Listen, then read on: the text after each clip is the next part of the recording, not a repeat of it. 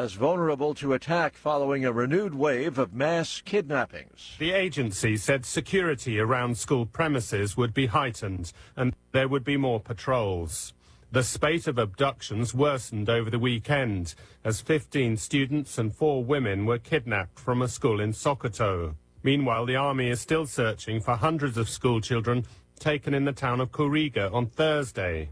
10 years on from the notorious Chibok abductions, despite promises from successive presidents, it seems Nigeria is unable to guarantee the safety of its school children. The BBC's Richard Hamilton. Japan has marked the 13th anniversary of the massive earthquake and tsunami that triggered a nuclear meltdown, leaving parts of Fukushima a no-go zone. News and analysis at townhall.com. Prince of Wales acknowledging editing a family photo released by Kensington Palace over the weekend. The first official photo of Kate, the Princess of Wales, since her abdominal surgery nearly 2 months ago was issued on Sunday after weeks of speculation about her whereabouts. But the AP and other news agencies later retracted it from publication because it appeared to have been manipulated, fueling more conjecture. The photo of her in a chair surrounded by her 3 children was credited to her husband, William, Prince of Wales and heir to the throne, and was said to be taken earlier in the week in Windsor. Correspondent Charles Deladesma. Texas federal judge has blocked a new rule by the National Labor Relations Board that would have made it easier for millions of workers to form unions at large companies. The rule, which was due to go into effect today, would have set new standards for determining when 2 companies should be considered joint employers in labor talks. More on these stories at townhall.com.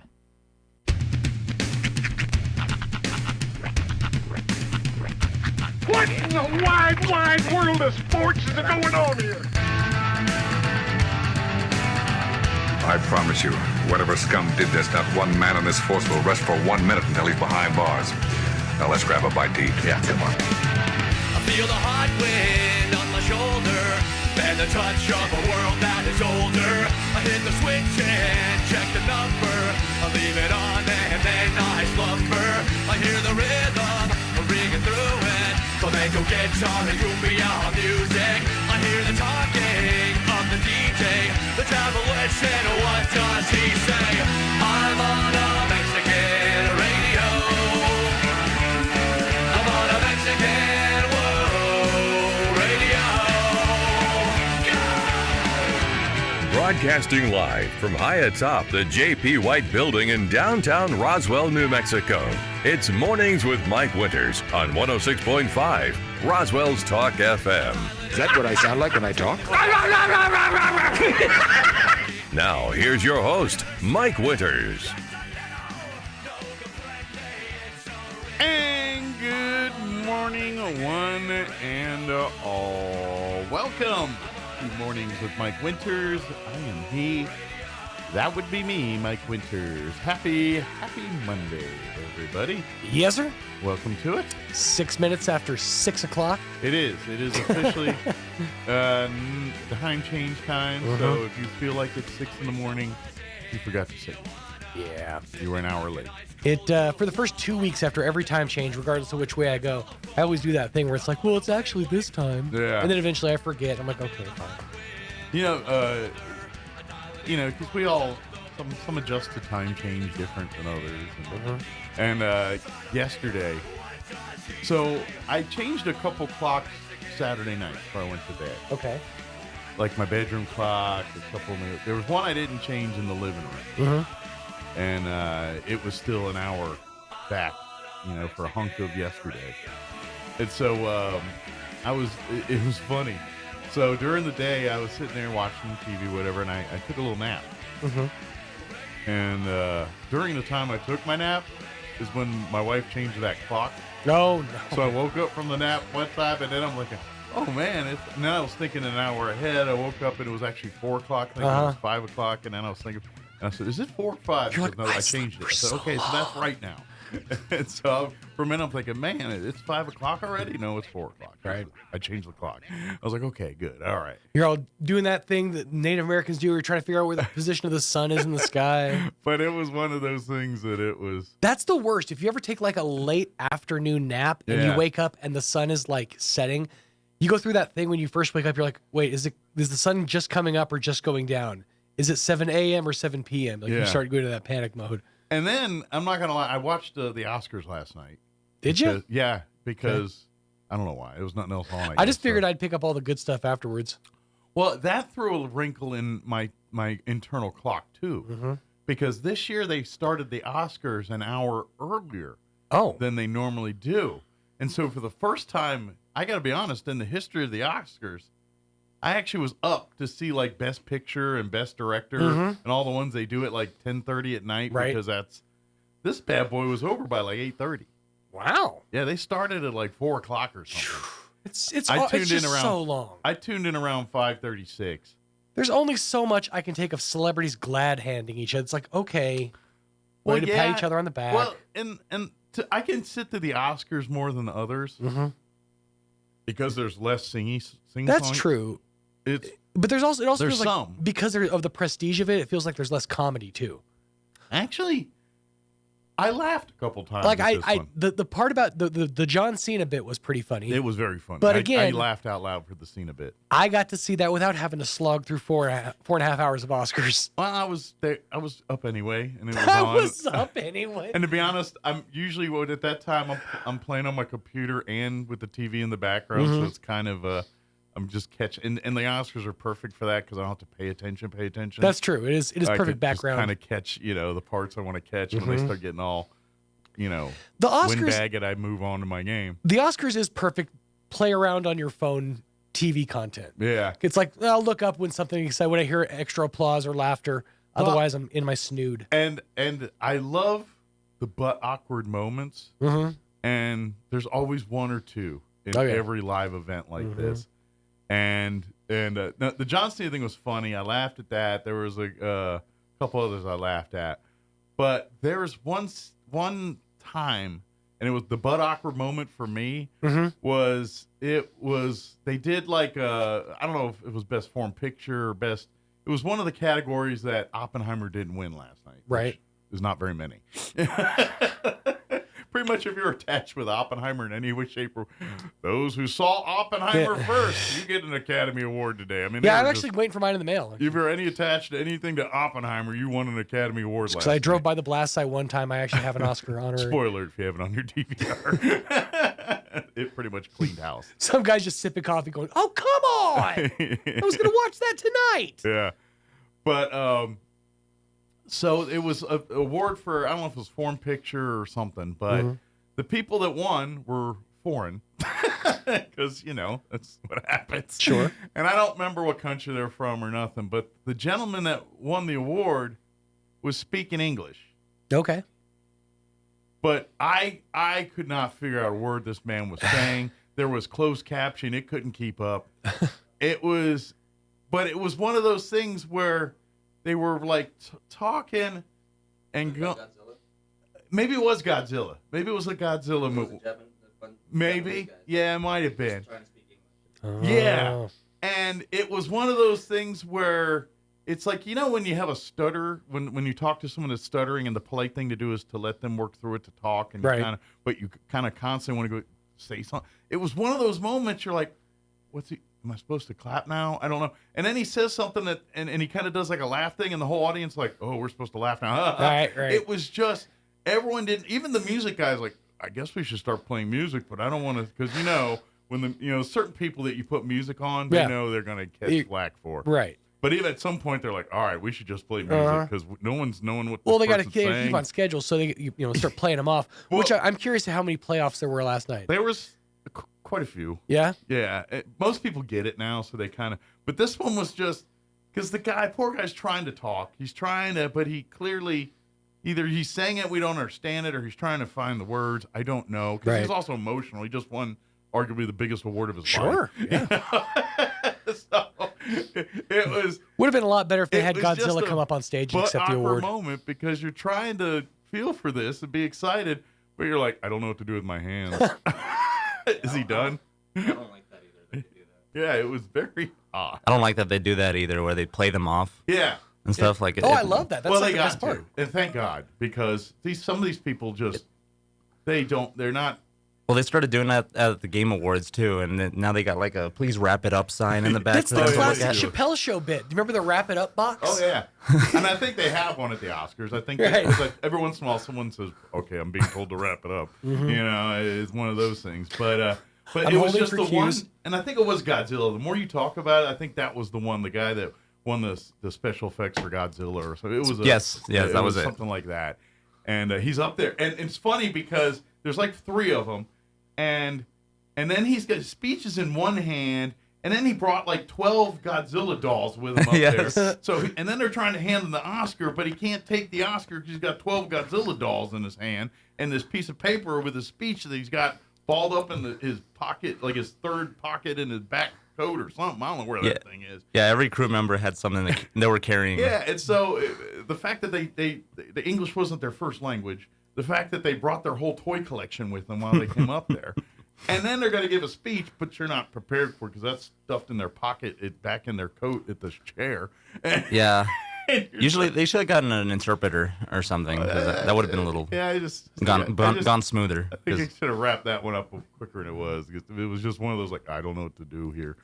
Because he clearly couldn't read, like, whatever text he was given and stuff. It was something. It was just, it was, but anyway, it was weird. But anyway, I was happy for the guy. He won, and it was kind of nice to see something. And Oppenheimer win an Oscar, but. How'd Barbie do? It got mentioned a lot. It may have won some, like, one of those. They performed I'm Just Ken, Ryan Gosling. Oh, yeah, Ryan Gosling sang, and I don't know how to feel about that. I mean, it was funny, I guess, ish.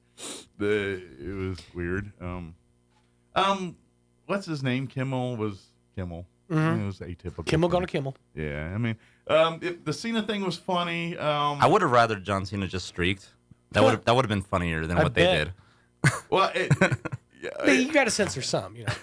It was just I don't know. I kind of like the way he's just standing there with the thing in front of him, and he's just like, and then he's like, I got to read the card. I was like, no, because the card was. I know, it was like the way they set it up was kind of like awkward. I kind of dug it. I thought in what a typical Oscar fashion, it was pretty good for Oscar humor. Mm-hmm. I thought it was funny. So, it wasn't the worst 3 hours of my life. I've had worse. Sure, you've had a couple of colonoscopies. I mean, you know. Hey, I finished those things. I feel like $1 million.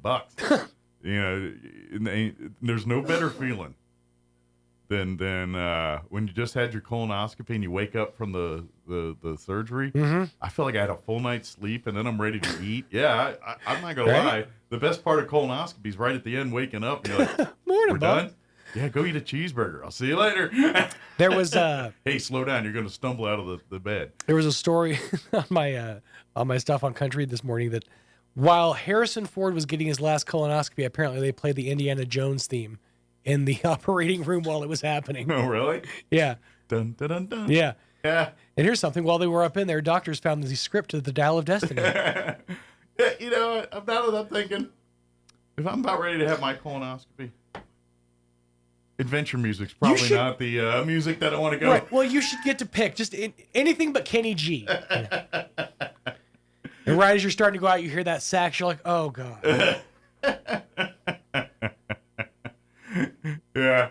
I don't know. If I start seeing him getting all excited, like we're going on a journey, I'm like, all right, slow down.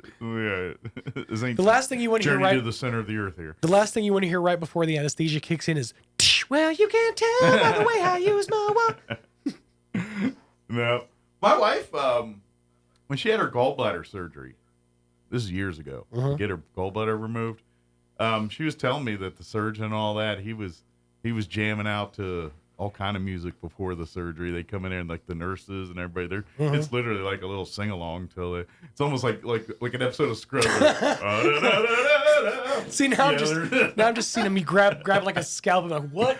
Yeah, she said it was kind of a little very singing like into surgical tools like you would a hairbrush. Yeah, it kind of made her relaxed her a little bit. Everyone's in there. There you go. You know, it's like turning into a Glee episode. It does make it a more routine procedure. While they're doing surgery, but But it wasn't bad. So we didn't get a chance to talk your truck driving and all that. We'll do that next hour. We'll have to do that next hour. Sean drove a truck this weekend. I did. And all lived. So. In first gear, in a straight line for like 30 feet. We'll talk about it. Tomato, you drove the truck. Nobody died. No cones were harmed. That's right. And the freight was moved approximately 12.7 feet. Let me give you the rundown for today's show. Matt Bristol from Bristol office, patiently waiting for us to get through our spiel here to give us sage legal advice as he does every single month. So we'll talk with Matt Bristol from Bristol office here in just a few minutes. In the 8 o'clock hour, about 8:15, we're going to have the folks from Roswell Desk and Derrick Club join us, Patty Smith and Jackie Hewitt. They've got their annual or their Desk and Derrick. I keep want to say Desk and Derrick membership meeting happening tomorrow at the Roswell Elks Lodge. Guest speaker will be John Worrell with Monsanto Energy, and we'll talk more about their meeting tomorrow and invite you to come be a part of that. But that'll be next hour. And then in the 9 o'clock hour, about 9:15, Nook with Asian Market will pop by and give us a visit, talk a little bit about what she's got going on over at Asian Market, some of the new things on the shelves or new items on the menu. So we'll talk with Nook. Sometimes she brings stuff, too, so we'll see if we're got anything to try. I don't know. My stomach does not feel like eating right at the moment, so we'll see how that goes. Plus, we'll have all of your features that include the newses of the local and national variety, Wall Street business update, whatever else we can come up with for today's show. But first, let's take a look at your weather.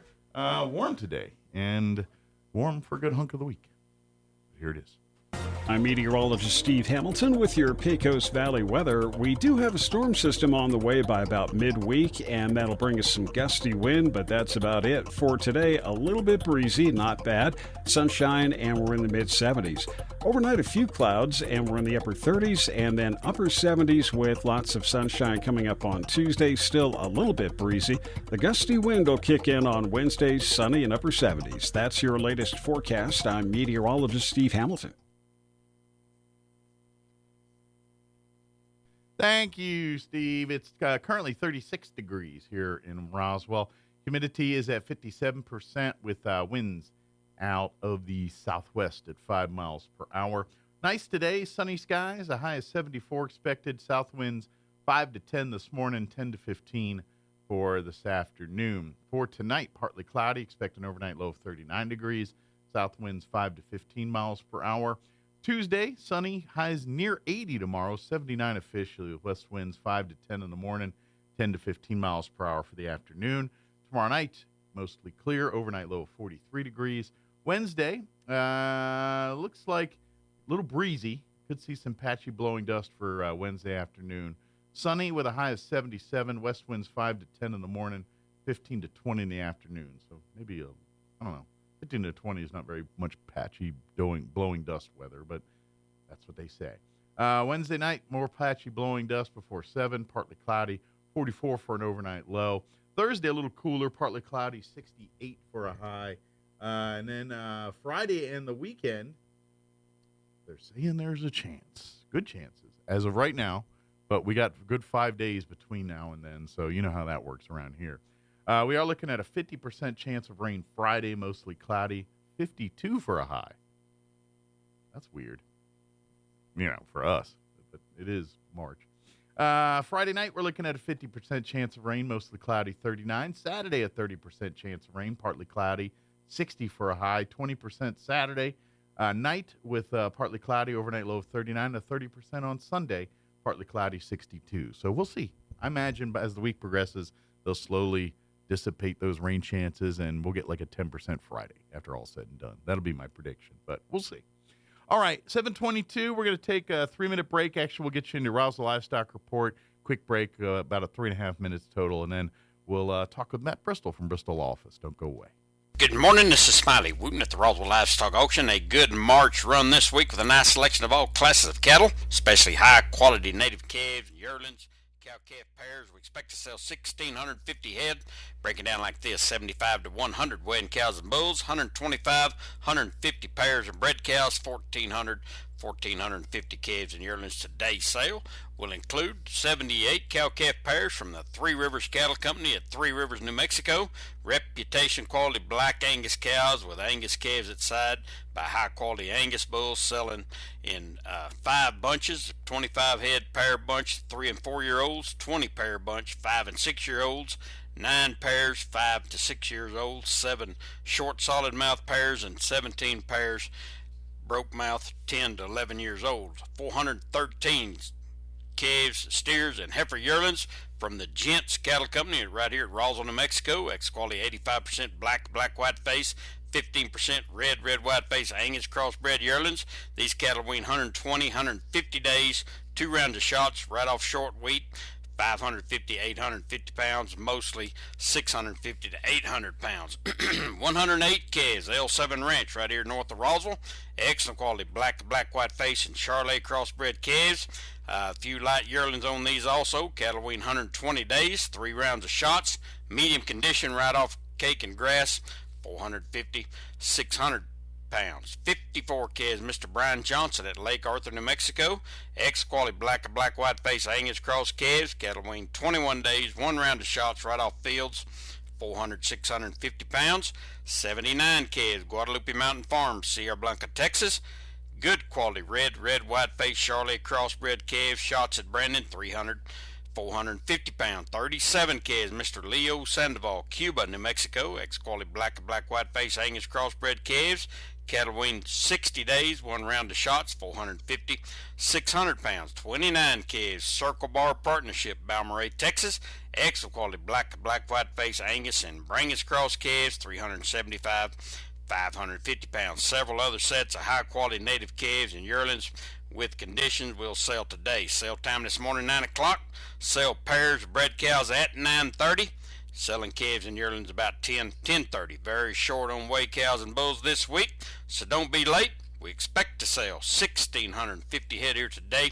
This is Smiley Wooten, Roswell Livestock Auction. To plant or not to plant? That is the question. Hi, this is Jim Gill from Roswell Seed Company. Our tomato plants and pepper plants are ready to go. If you plant them now, you might have homegrown tomatoes and peppers before anyone else, or the frost might kill them. As Clint Eastwood would say, do you feel lucky? You'll either be the smartest gardener in the county or you'll get to replant them all over again. I say go for it. You'll get more practice and we'll get more business. This is Jim Gill from Roswell Seed Company, and I apologize to William Shakespeare. Are you or a loved one having a hard time getting to your medical appointments? At Artesia General Hospital, we believe that transportation should never be a barrier to good health. That's why we're excited to announce our new non-emergency medical transportation services. Each of our vans is wheelchair accessible, and our friendly certified drivers go the extra mile by meeting you at your doorstep and ensuring a comfortable ride to your Artesia General Hospital services. Rides are available Monday through Friday from 7 a.m. to 5 p.m. Schedule your ride today by visiting artesiageneral.com/transportation or calling 575-736-8211. You are 13.8% more likely to die on your birthday. Think about that the next time you want to celebrate your birthday month. Here's Mike Winters. And good morning. It is 26 minutes after 7 o'clock, and joining us in studio this morning, Matt Bristol with Bristol Law Office back with us. Good morning, Matt. Morning, Mike. How you doing today? Doing well. How about yourself? Doing good. So what's the story behind Sean driving a truck? Yeah, so over on we'll tell you more in the next hour here, but over the weekend, Sean and our sister station 92.9 The Brand was doing a remote at our Artesia Truck Driving School on Saturday. And they had a big event, so is this like CDL truck driving? Yeah. Oh, so to teach people to get CDL and all that. And so they had a big event in Artesia on Saturday. And during the event, Sean got behind the wheel of a semi truck and big 18-wheeler, and drove it. Fortunately, not on public highways, but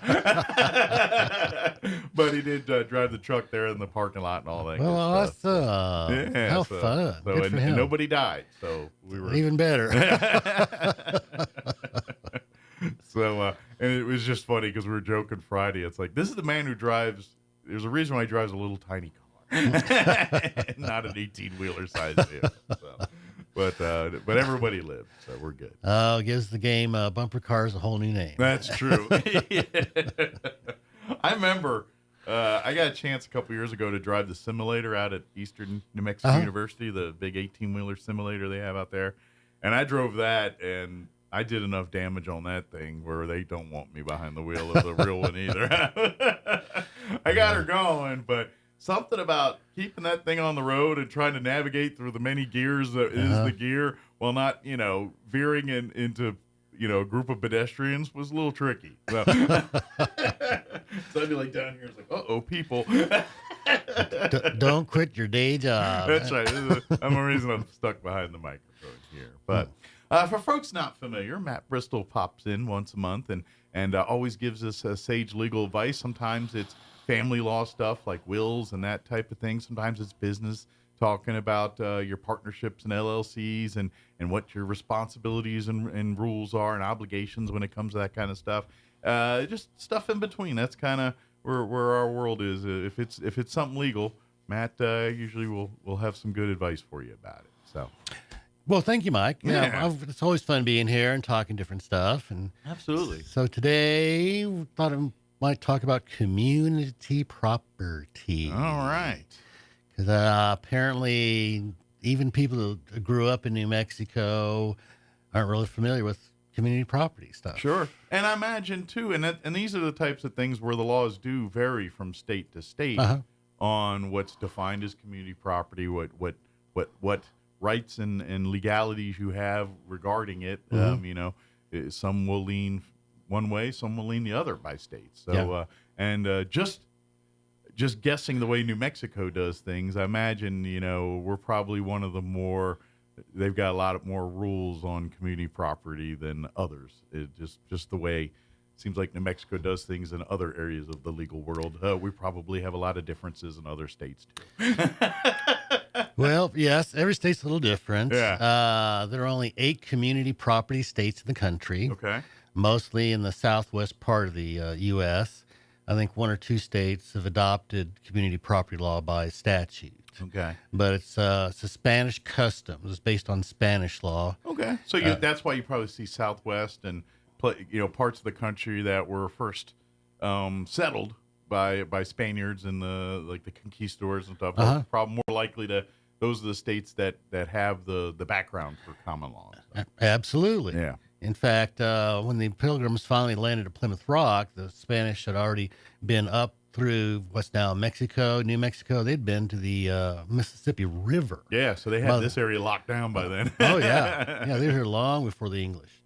So the English custom, which is like basically the East Coast, the husband owned everything. So in traditional British law was the husband owned everything. So in the event of a divorce, he always got the kids of the divorce because he owned them. Yeah.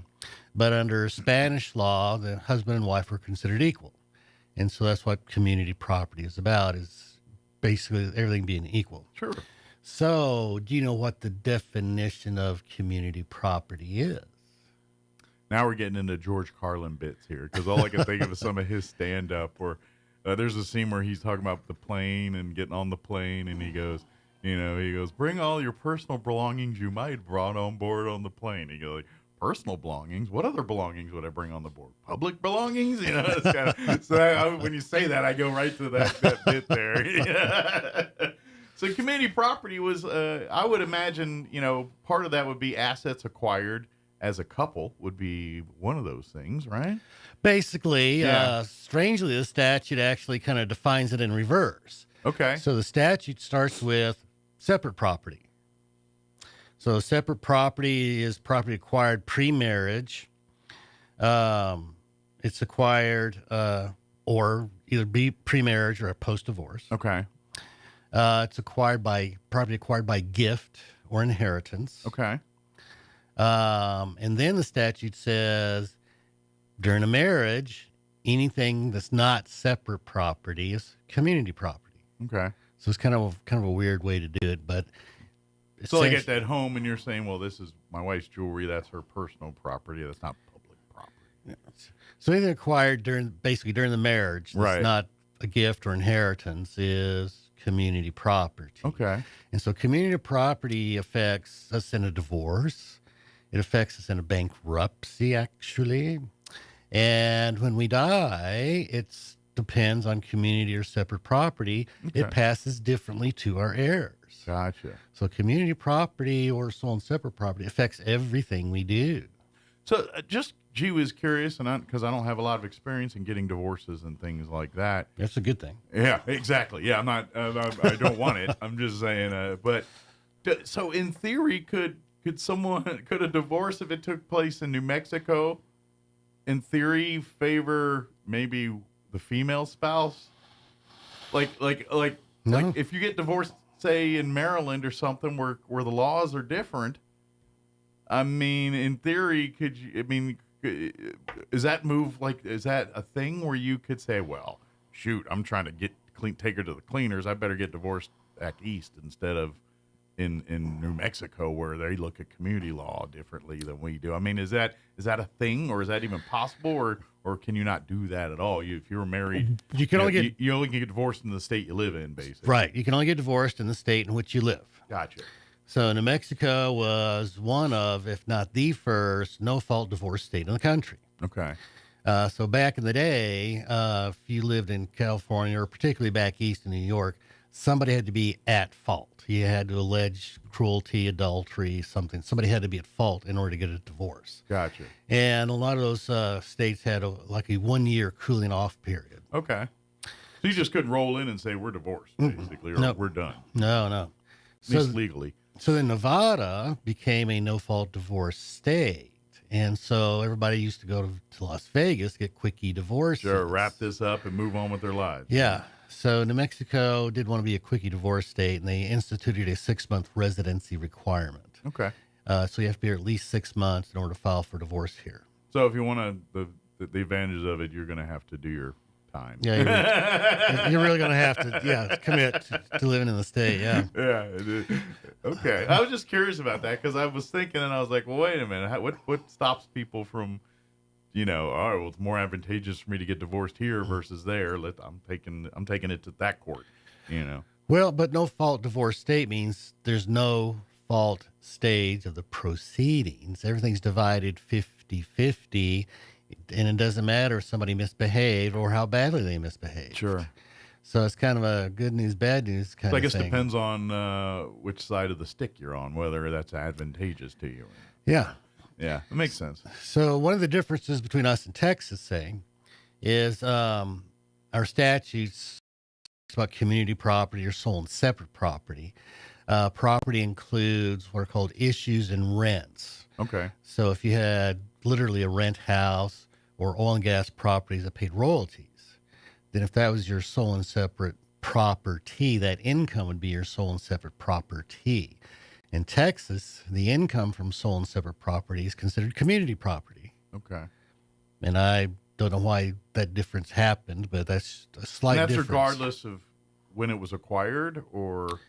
Well, by definition, if it's sole and separate property. Yeah. Then in Texas, the income is considered community income. Okay. Well, what I was thinking is like, say one person in the marriage had the oil rights before the marriage, mm-hmm. and then they got married and shared the joint rights with them. But now that the divorce is over, now they got divorced, is it still community, or can the person who say, no, I don't want to give them anymore because that was mine going in, even though we shared it during the marriage, but initially this was my purchase? Well, there's case law on that. Yeah, okay. Actually, and it goes way back in the 40s or longer.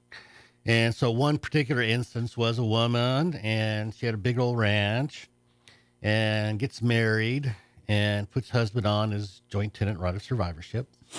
They're married like 40 years, and they go through a divorce. And of course, husband says the ranch is community property, my name's on it. Right. And the wife says, no, it's not. It's my sole and separate property. The only reason I put you on the deed as joint tenant, well, that was estate planning, and I had no intent to gift you 50% of my stuff. Gotcha. And in this particular instance, the court says, oh, we believe you. And the husband got zipped. Wow. So it's not the only case where something like that has happened. So it is, in theory, possible that could happen. Oh, yeah. But so, if there's stuff like that, y'all talk it out. Figure this out before you have to go to a lawyer and settle it. Yeah, so really the better practice is to keep sole and separate property separate. Sure. And then you can have a beneficiary designation to your spouse, which is a lot easier to change in the future than getting them off the title to the property. Gotcha. So, and that's a good question. So that's the definition of community and separate property. Can that be adjusted? I would imagine, yes. Can you modify? How would you modify that? Well, I'm sure it's something where you have to talk to the lawyers ahead of time and be done. That's you can a prenuptial agreement. Yeah, prenup. Okay. Can modify the law, or a postnup can. Okay. So, we've had Medicare instances. Somebody has to go in a nursing home. Basically, you're allowed $2,000 cash, and that's you can have a home as long as there's an intent to return home. Your car can be only worth so many dollars, but as far as financial assets, you're incredibly limited. Gotcha. So we've done some post-nuptial agreements now that says, this is my half the money in retirement, and that's your half the money in the retirement, and I'm not liable for your debts in the future, like nursing home costs. Sure. And so we've been doing some asset protection stuff like that in the past. Gotcha. Interesting. Yeah. Either way, obviously this is something, and I'm guessing when it comes to divorce, this is probably most of the sticky wickets you deal with as attorneys when it comes to divorce settlements and things is defining, especially in community property states, designate is it truly community property or not, or is it?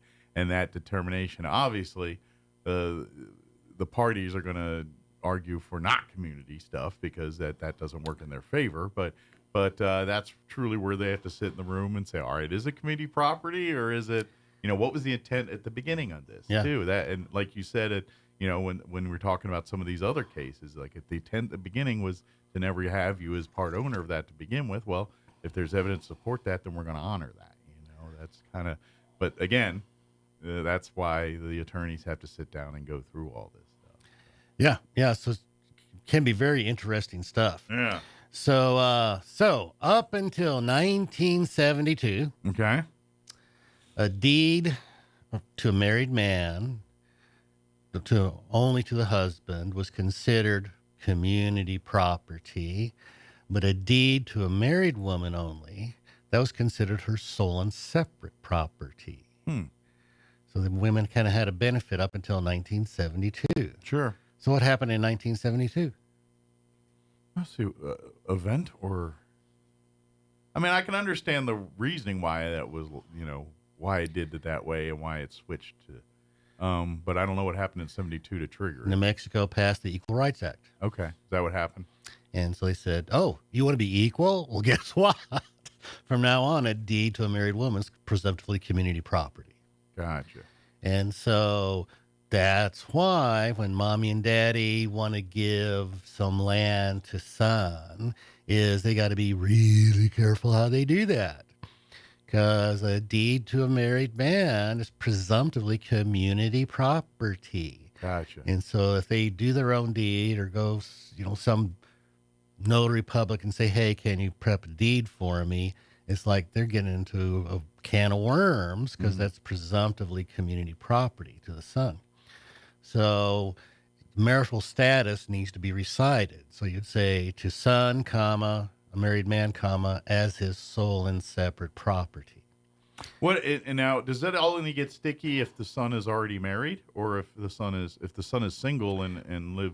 Does that still apply? For title, when you sell land, you want to get a title policy, right? And so as long as what the title company looks at is marital status. Gotcha. So if there's a deed that says from mom and dad to son, and is silent about his marital status, that gives the title company heebie-jeebies because they don't know if he's married or single. Doesn't say. Right. But he's single, he's fine. But doesn't say on the paperwork. But what I mean is, I guess what the point I'm making is just because it's a male doesn't automatically make it a community. He has to be a married male to it doesn't, like if it's bequeathed to him as a single man and has it as a single man and then it's in his possession, does it become community property once he meets a wife? No. That's no. I think where the question. No. So that's a good point. Yeah. So whether something is community property or sold separate property is defined as the date of acquisition. Gotcha. It's the date of acquisition. So if your son is dating right now, maybe bequeath that land before the wedding. Just saying. Yeah. Before they say I do, that's when you want to get that taken care of. Yeah, so let's just be real careful about that stuff. Yeah, this is, or you can say, marriage, sold and separate, but money is money, right? And well, so using that logic, though, say they are married and the wife is given some land. Does he have any say in that, even over years of togetherness and all that, or is it because same? It's because it was her. She's considered sole separate property, not community. A deed to one spouse. Yeah, the word spouse. A deed to one spouse is considered community property. Okay. So you got to say sole and separate if that's your intent. Gotcha. So regardless in the state of New Mexico, whether you have a son or a daughter, if you bequeath it, it becomes community property. Yeah. So remember, separate property is property acquired by gift or inheritance. So you can gift property as sole and separate property. Yeah. So I'm getting back to the beginning of states that do community property versus obviously, like you said, because it becomes its roots are in Spanish law. Our states in this neck of the wood, Arizona, New Mexico, California, I'm guessing, I don't know about Texas, they fall under that. But does that line draw north of us where Colorado and Utah and some of these are using, I guess, English law based stuff or whatever, or is it broader than that? I can't tell you what the 8 states are. I think Washington State adopted it by statute, and maybe one state in the Midwest. But is there a line? Like if you looked at a map, it looks like a physical divide there on it, or is it a little hodgepodge? I don't know because I don't know all the states. Yeah. But we had an interesting thing many years ago. I was doing some oil and gas title work. And back in the early 80s, there was a guy in Illinois had bought some minerals, and he held them for 4 or 5 years, and he sold them. Okay. And so my job was to track this guy down. Okay. And so I tracked him down in Illinois. This is before the internet, folks. Right. You just couldn't easily Google something real quick. Right. You had to call people and talk to some operators and phone book digging and all that stuff. Yeah. So I finally got Mr. Smith on the phone. He lived in Illinois. And I said, "Hi, are you the Mr. Smith that bought these minerals?" And blah, blah, blah, blah, blah. He goes, "Yeah, that's me." I said, "Okay." And so I'm doing some title work on these minerals. It looks like you sold them about 5 years later to so-and-so. He goes, "Yeah, I did." Okay. So now, when you first bought these, were you married? He says, "Yes." Oh. So a deed to a married spouse is considered community property. Yeah. I said, "Well, when you sold these and your wife didn't sign off, that's a bad deed." And he says, "Well, it's none of my wife's business." I said, "Well, it kind of is here. In this state it is." And he says, "Well, not in Illinois. It's none of her business. I don't have to have her do that." Well, congratulations. However, because the minerals are here, our law applies. Ah, okay. Okay, so every state controls the laws of its own property. Gotcha. Otherwise, it'd be and because chaos. we're dealing with a property in the state of New Mexico or in a common law state, Or community property state. Property state. I'm sorry. Then those laws apply. Those law applies to our real estate, which includes minerals. And he wanted to argue about it, and I said, "Well, it's either that, or we have to sue you." Yeah. And that's my last option. But that's what's going to happen. So you get your wife to sign a deed with you, and we're all happy, or you're going to get sued. Right. Take your pick, because a conveyance of real property, that's community property. So conveyance of community property by one spouse is a bad deed. It's void. It doesn't work.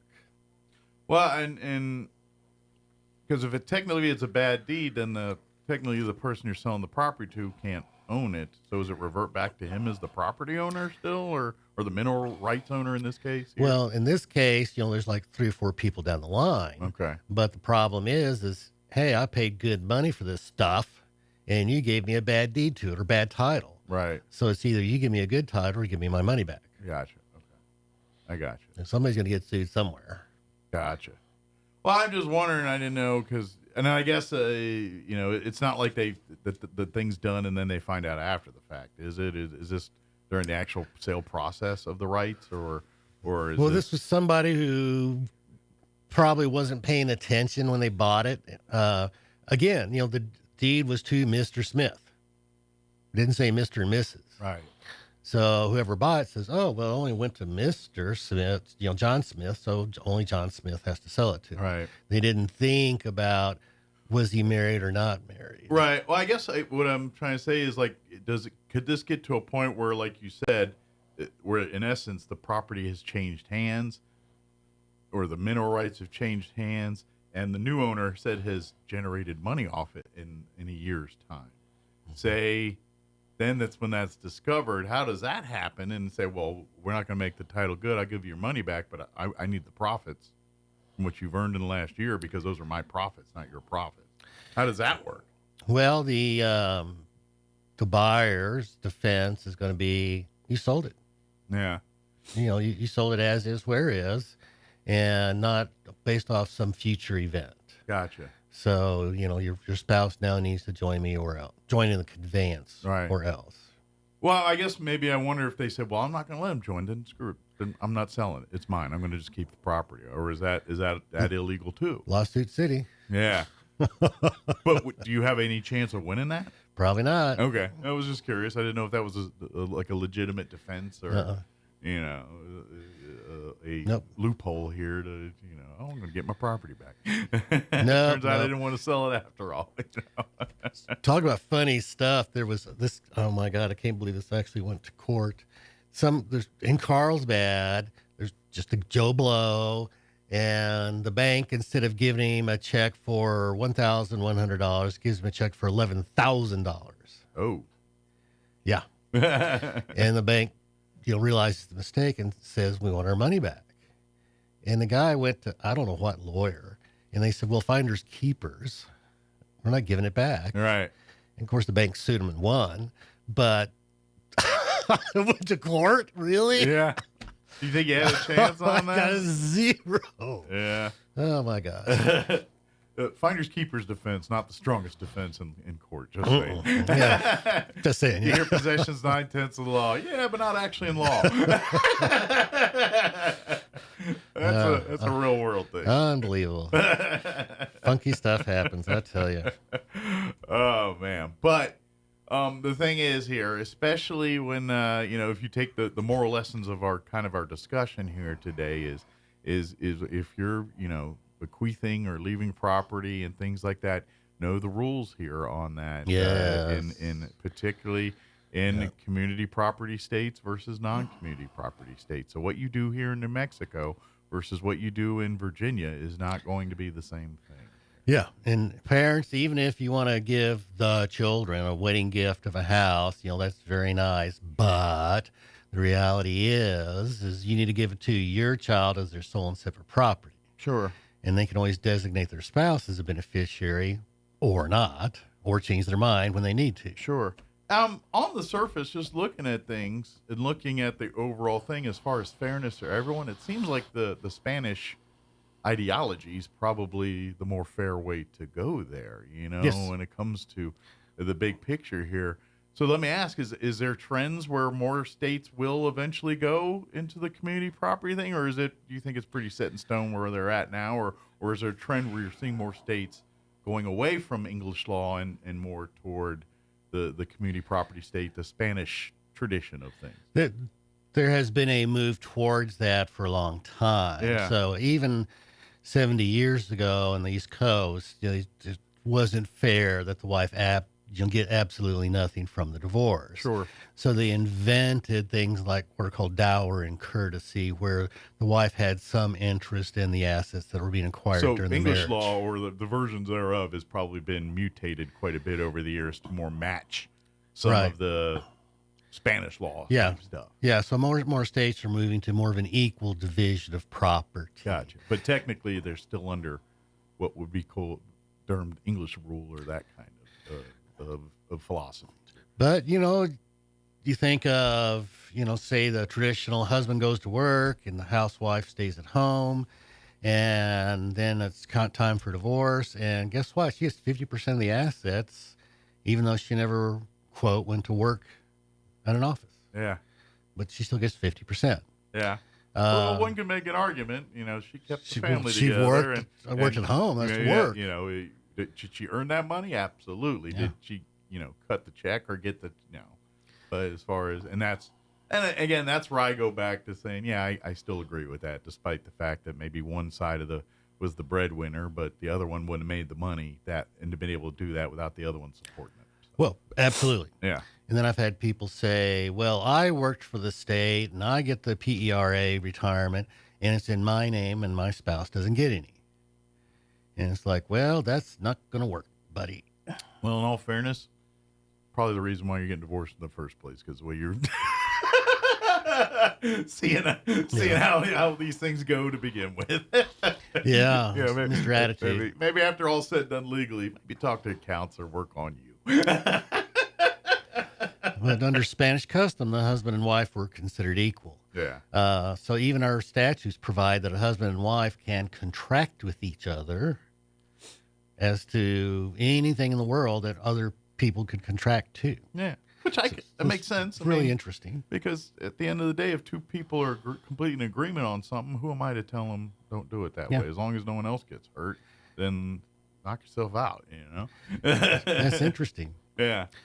I just saw the time. Shoot, we're about ready here. Of course, these discussions we're talking about here, I want to give Matt some time to do fact or fiction here. So, but if this is something that if you have any questions about, like if we hit something real world for you here when we were talking today, please talk to Matt.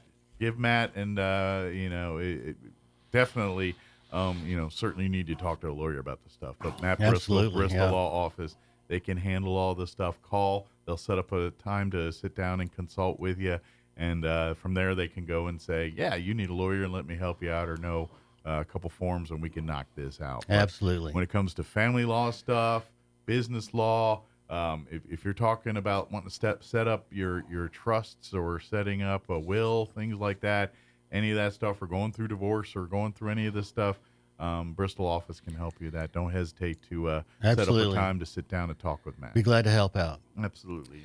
Yeah. And I can just tell you this, just from my time with Matt and everything else, he's going to work hard to be fair and honest for you, even if it's not the outcome you always want to hear, because he can't promise you that every time, but he's going to make sure that you are protected, under every aspect of the law, and everything that you come out of, you're not going to have to worry about because some lawyer did some shady shenanigans that may have got you in more trouble than you realize.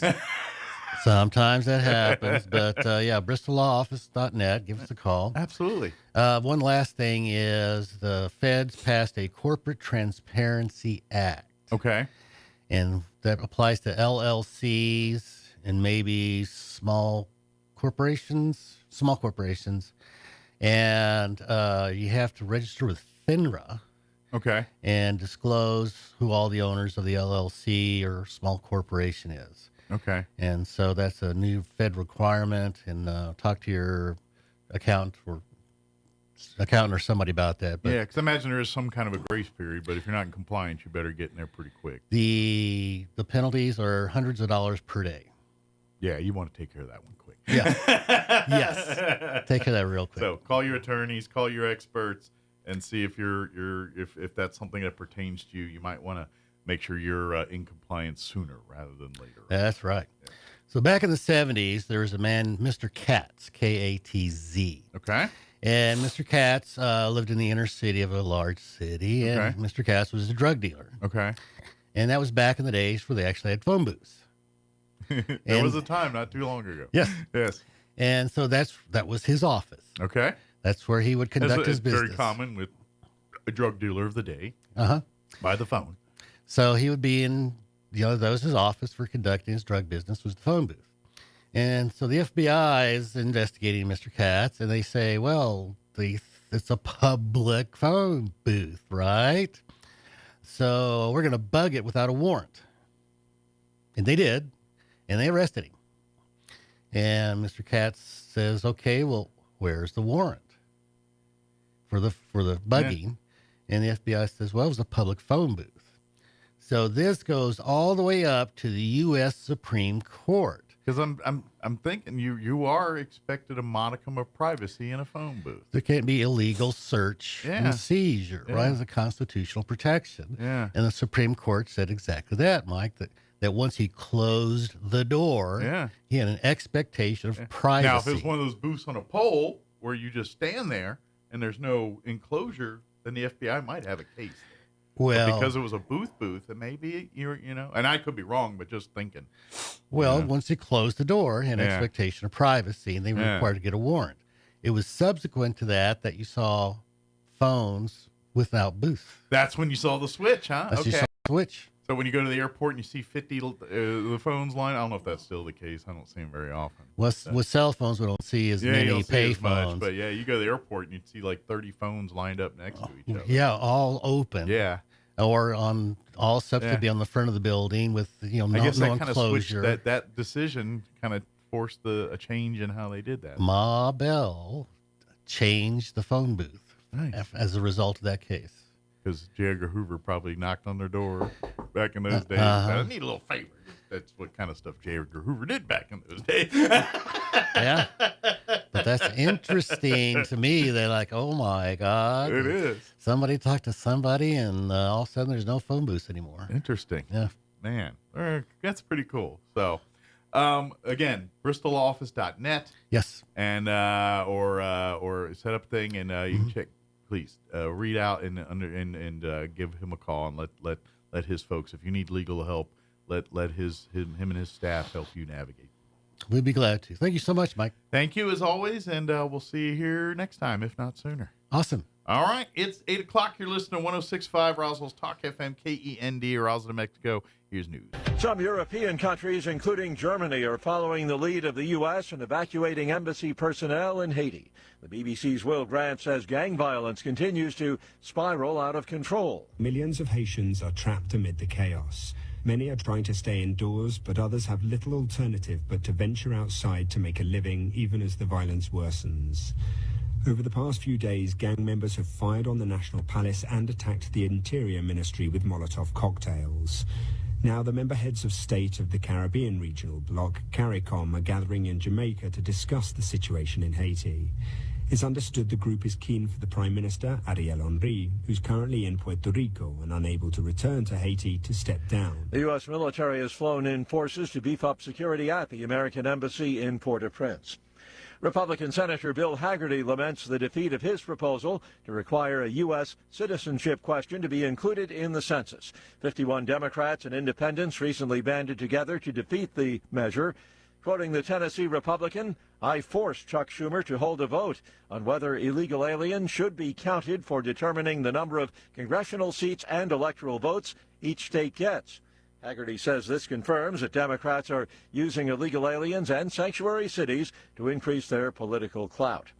Israel says its forces have killed more than 13,000 Hamas terrorists as the war in Gaza, triggered by the brutal Hamas attack on Israel in October, continues to rage.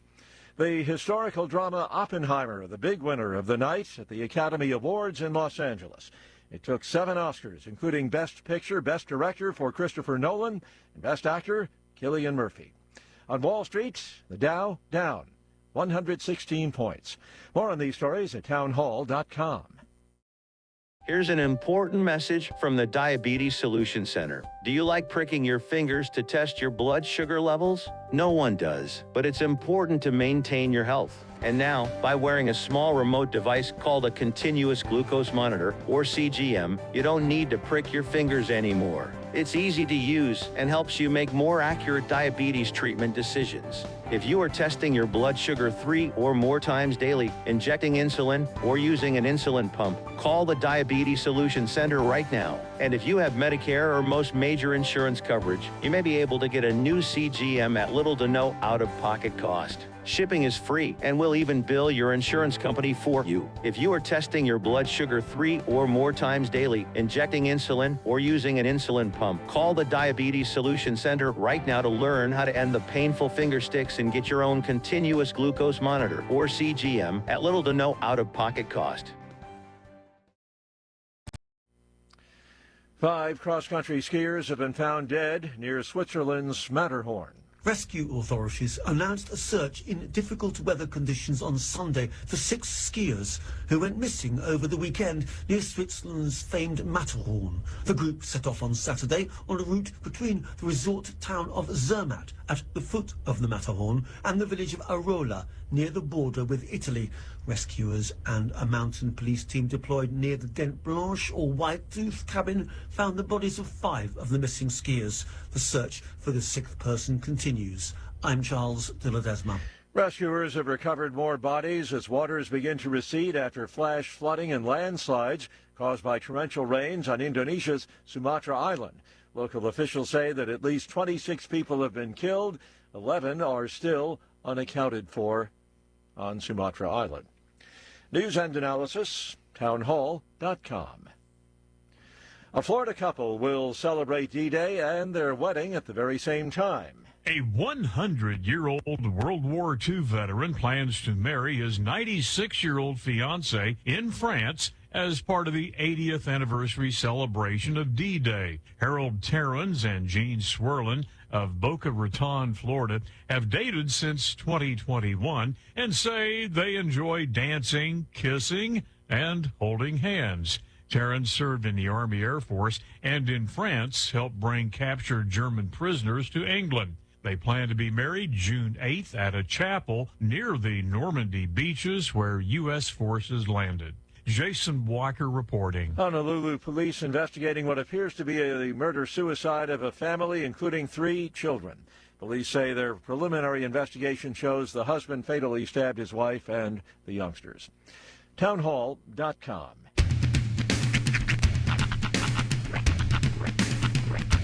What in the wide, wide world of sports is going on here? I promise you, whatever scum did this, not one man in this force will rest for 1 minute until he's behind bars. Now let's grab a bite to eat. Yeah, come on. I feel the hot wind on my shoulder and the touch of a world that is older. I hit the switch and check the number. I leave it on and then I slumber. I hear the rhythm ringing through it. Flamenco guitar and cumbia music. I hear the talking of the DJ. The travel listen, what does he say? I'm on a Mexican radio. I'm on a Mexican radio. Broadcasting live from high atop the J.P. White Building in downtown Roswell, New Mexico. It's Mornings with Mike Winters on 106.5 Roswell's Talk FM. Is that what I sound like when I talk? Now, here's your host, Mike Winters. And good morning. It is 6 minutes after 8 o'clock. Welcome to hour number 2. The Deuce. Mornings with Mike Winters, right here on 106.5. I was grounding myself so as to not blow your system. Oh, okay. I just saw the mic. I was like, how do I get way over there? And I think it's like he was just like, all right, thanks, Mike, and we're That's the equivalent of a mic drop around here. What you looking for? Oh, your pen? No? No. Somehow the top of my pen that's been my favorite pen is missing. I'm like, where'd it go? And I noticed it earlier, and now I've found it. Now I've got it. There we go. So my pen Did you get it? working. Yes, I did. All right. All is right in the world. Ah, sun is warm, grass is green. We're in business. Nice. There you go. Heck yeah. Happy Monday, everybody. Yeah, buddy. Welcome to Mornings with Mike Winters. So over the weekend, Sean got an opportunity. We had our sister station, 99 The Brand, was hanging out at Artesia Truck Academy. They had a big event this weekend. Artesia Truck Driving School had their grand opening. Yeah. By the way, big thanks to Miss Patty and Chad for inviting us out. And a huge shout out. I mean, I've been singing her praises all weekend, but Katie knocked it out of the park. Yeah, I mean, she really did. Did her first remote? It was her first ever remote. She was super nervous going into it, but yeah, she really knocked it out of the park.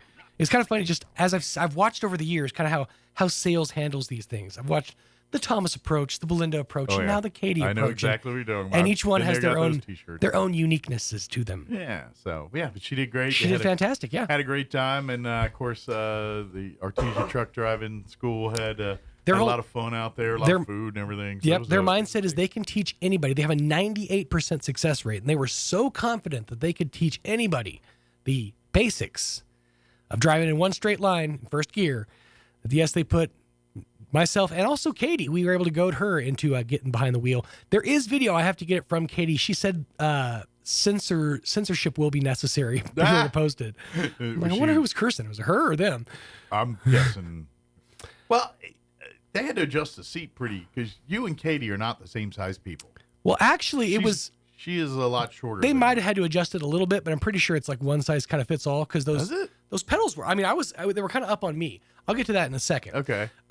But I don't know exactly if they adjusted in the time that she was in there, because okay, let me explain what happened. So I get in the truck with I think his name was Chad. I'm pretty sure it was Chad, and he gets in the driver's seat and he explains it to me. He says, right here, there's a chart. Now this truck has 10 gears. He explained it to me. The up gear is reverse. Then you got first, second, third, fourth, fifth. And then there's a switch you flip on the gear shift. And that flips it. So then he takes it back out. And then it's 6, 7, 8, 9, 10. So he explained all that to me, knowing I was only going to stay in first. Right. But he was, giving the first lesson, essentially. In case you have to escape in one, you can find the other gears. And this is where things started to kind of get complicated. There's a yellow diamond and a red circle button on the dash. Okay. I feel like neither one of these are good buttons. Well, no, they're fine. What he did, and I forgot to do, was once you, before you put it into gear, when you have your clutch in, you want to push your air brake in. Or when we first got in, he was basically filling his air brake. He said, you feel how we're kind of like raising up a little bit, and you hear that sound. And so he was filling up his air brake. So he did that. Put it in reverse, and we drove backwards in a straight line. He's like, I'm not going to make you go in reverse. So I was watching the mirrors. We were going straight in that line. I backed about, I'd say probably 60 feet back. Okay. And he took it out of gear, and he got up, and he said, okay, now switch. He said, now all you're going to do, he said, push that clutch all the way in. Now, this is where things kind of got interesting. All right. This thing has like 4 foot of clutch. Okay. Like it's up here, and I'm like pushing it. He's like, put it all the way down to the ground. So I push it all the way down on the floor, and I put it in gear. And he said, now ease up on that clutch and onto the gas. Right. He said, now very slowly on that clutch, because otherwise it will kick. Okay. And so I was going very, very slowly, very deliberately. And as I get up off the clutch and onto the gas, started jerking. Yeah. Because he didn't tell me to do the air brake first. Oh, okay. So he's like, okay, hold on. So we did that, hit the thing, and then back down, clutch, put it in gear, slowly lift up on it, little bit of jetting, and then we're going. And I'm driving a truck. And all I had in my head the whole time was that one scene in Wedding Singer where the dude was taking the test with the limousine. They were cones. Yeah. Because it was just cones all the way along. I was like, I just keep her between the navigational beacons. And I'm sitting there, and he's like, don't be afraid of it now. And because I realized at that point, because I was pushing the gas pedal, but I also drive my little car, and a little bit goes a long way. Right. You kind of got to, you gotta be deliberate with these things. Yeah, they're. I was sort of, being featherweight. Yeah, so I finally get the gas going, and I'm actually going. So I'm going like, a good solid 5 miles an hour, whatever, 10, whatever. Yeah, usually 10. the bigger those trucks, the more you gotta be an active participant. And my main concern was, this thing, there's a lot behind me. Mm-hmm. At what point do I need to start applying the brake, knowing I'm only going about 10 miles an hour, to not stop short like a moron, but also not mow over people? Well, I'm assuming the truck was empty. There wasn't a low down trailer. And that makes a difference. There was a trailer on the back, but but full of stuff. No. An empty trailer is a lot lighter than a trailer full of things. So I get, and I admittedly pulled up about 3 feet short of the line, but got stopped. Everything was fine. He said, okay, cool. Got the brake on. Take it out of gear. I did. And he said, cool. And he did it. I said, almost. Almost. There's one more thing.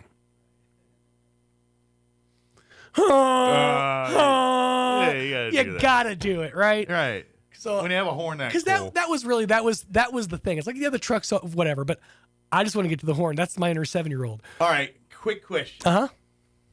Because my head is stuck in the 1970s. Convoy. Is there a CB in this sucker? There wasn't. No. It was an instructional vehicle. I just didn't know, is that standard fare in a truck is a CB? I would is imagine. That still a thing? I'm or is sure that there not? was. Maybe I just didn't notice it. But I'm sure there's some form of communication. Oh yeah, nowadays. But to me, in my head, the official form of communication for truckers. I don't think that Buford's reaching for his Cobra 2 anymore. I'm sure there's more modern. I want that in my truck. But here was the funny part. So it's a sleeper cab, right? Right. But I look back and there wasn't like a sleeper thing in there. What it was empty, except for on the very back there was a padded wall. I said, okay, well, that's kind of interesting, but I didn't know what it was for. Yeah. We got to find out. So after I got out, Katie got in. Same process. They back up the truck. They're back there for a good minute, like they were with me. And I watched. She didn't stall at first. Now, in fairness, Katie admitted to me that she's been driving a stick since she's been driving. That's the only kind of vehicle. So she's one experience of the with the standard. Young people that is very, very versed in standard with a stick. Yes. Yeah, she good with the stick. But so she was able to get it going and did a great job. Got it all the way up, pulled in.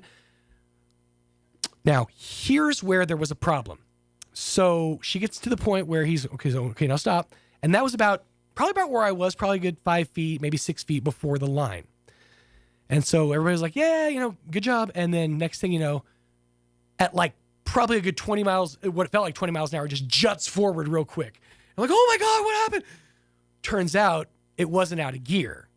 So when she took her foot off the brake, it continued. Yeah. What I didn't get to see, but she did, is that when that happened, the instructor who was standing here, guard was off because we did it. Good job. Didn't have his hand on the handle or whatever, at least not that tightly. He apparently was thrust into this padded wall at like G-force speeds. And he's like, he came out of there. He was just like, kind of holding his side. I was like, what did you do to him? But he's probably like, it's not the first time I'm sure that's why the wall get padded. Because I'm sure it was just one or two of those. Why is that padded now? I know. Yep. So everything is deliberate in those tester vehicles. But yeah, big thanks to the folks at Artesia Truck Driving School. They're huge fans of 92.9 The Brand and my show. Good deal. And it's always funny too when you meet people that listen to you. They're like, because you want to know what they think you look like. Because did I meet your expectations? Did I live up? Like for most of my career, people are like, I always imagined you were just like a short little like Mexican kid. Look like me. Yeah, but no, I'm like, in fairness, I did it to myself with a nickname Shorty. That's true. And you name yourself, but yours is ironic. It was ironic. People just don't understand poetic devices. Yeah. Your voice face doesn't look like your face. That's true. It is true. They don't necessarily match up. But yeah, it was an absolute fun time. To be honest, for me, it surprises me when people say that's what you look like, because I'm like, I don't know how to take that. Well, and it surprises me now. It didn't used to, obviously, but because our show is video and there's literally gazillions of hours of my face on the internet, I just figure everyone that listens to the show at some point has seen it. I would think. That's true. I didn't have to deal with nearly as much of a video element at my other radio jobs. If we did, it was like, well, somebody brought a phone in to record a segment, Right. So then they'd see me there, but I wasn't really known facially until I got here. But every once in a while, I got people that listen exclusively on the radio, and it's like, oh, Now I got a face to match the voice. I thought this was pretty funny. Over the weekend, I found out I have a friend who goes back and listens to our segments of the show on Saturday morning because they can't listen to them live. Right. So they go back and just listen to our segments, and then like will text me or send me a message and be like, this was funny, that thing you said, or this is the reason for that, or you can answer questions and stuff like that. It was actually pretty funny. It was popping up on Saturday. I do like. I was like, oh yeah, we did talk about that, huh? Yeah, I do like those. Its feedback is good. Yeah. Those are kind of neat. It was fun. But yeah, it just surprises me every once in a while too. I mean, it still happens, but I find it surprising now when people say, "So that's what you look like." Most of the time, really find me pretty easily. I get it's not. So that's what it's. You look nothing like I pictured you looking. Yeah. Which I'm flattered at that at one point because I'm like, I was in your head. Well, you've pictured me before. Of course, I'm like, whoa, what did you think? At what level of dress are we talking here? Yeah, because I walk in and I'm like, all right, are you like happy now, or are you like, right? Oh, figures. It's that Joaquin Phoenix. Yeah. Sitting there with the thumb. Where do we go? Where do we go? Yeah. Speaking of Joaquin Phoenix, they put Napoleon up on Apple Plus. I haven't watched it yet, but I just gotta, because I want to see it. But I ain't gonna lie, that movie's gonna eat up some time, and you got to be in a certain mindset because it's a long war movie. And so I gotta get in that head space before I do it. So now that I know my wife officially doesn't want to see it, I'm just gotta pick a time and watch it. We gotta wrap because we have a guest here. But next hour, remind me, because I watched something rather interesting over the weekend as well. Did you? All right. Trying to think what I feel like I did watch some stuff over the weekend. But You said you were gonna watch Masters of the Air. I did watch that. I'm caught up on Masters of the Air. Nice. You know what I like about that show now? Because there is a shift in it a little bit. Now that we're like 8 episodes in. Because when I first started it, I need to hit him.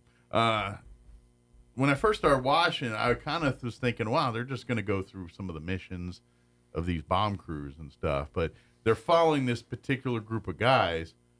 And so you're not only seeing the air war stuff, but these guys were shot down and captured. So now they're in a German prisoner war camp.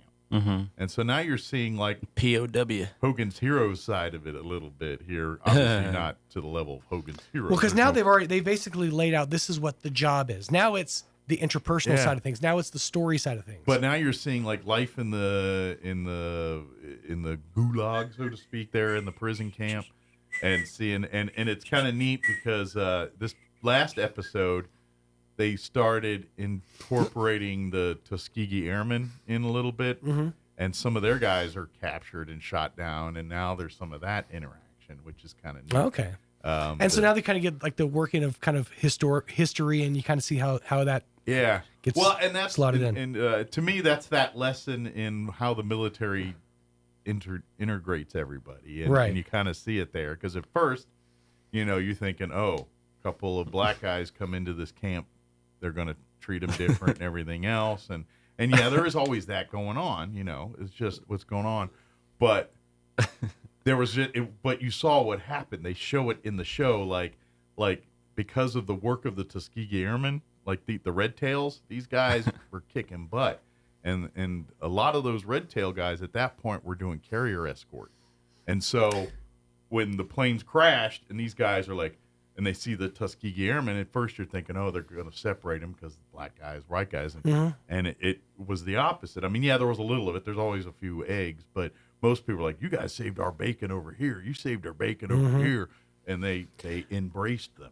And that's where that military does the thing about race relations better than probably any aspect of the world I've come across. I'm waiting for some nerd to call this, the whole thing, these historical movies, I just want to hear one person refer to it as the World War II cinematic universe. Yeah. Because that's what it feels like. It feels like all these stories are finally intertwining, and it's like watching phase 4 of Marvel, But you're seeing real life instead of the stories they tell, and I think that series does a good job of expressing the sentiment of the people of the time. Well, it's in the same universe as Band of Brothers, right? It is. It's the same people. It's Spielberg. It's in the other one. Yeah, it's all the play tone with Tom Hanks. It's all. It's another series from the Band of Brothers series. Is that Playtone?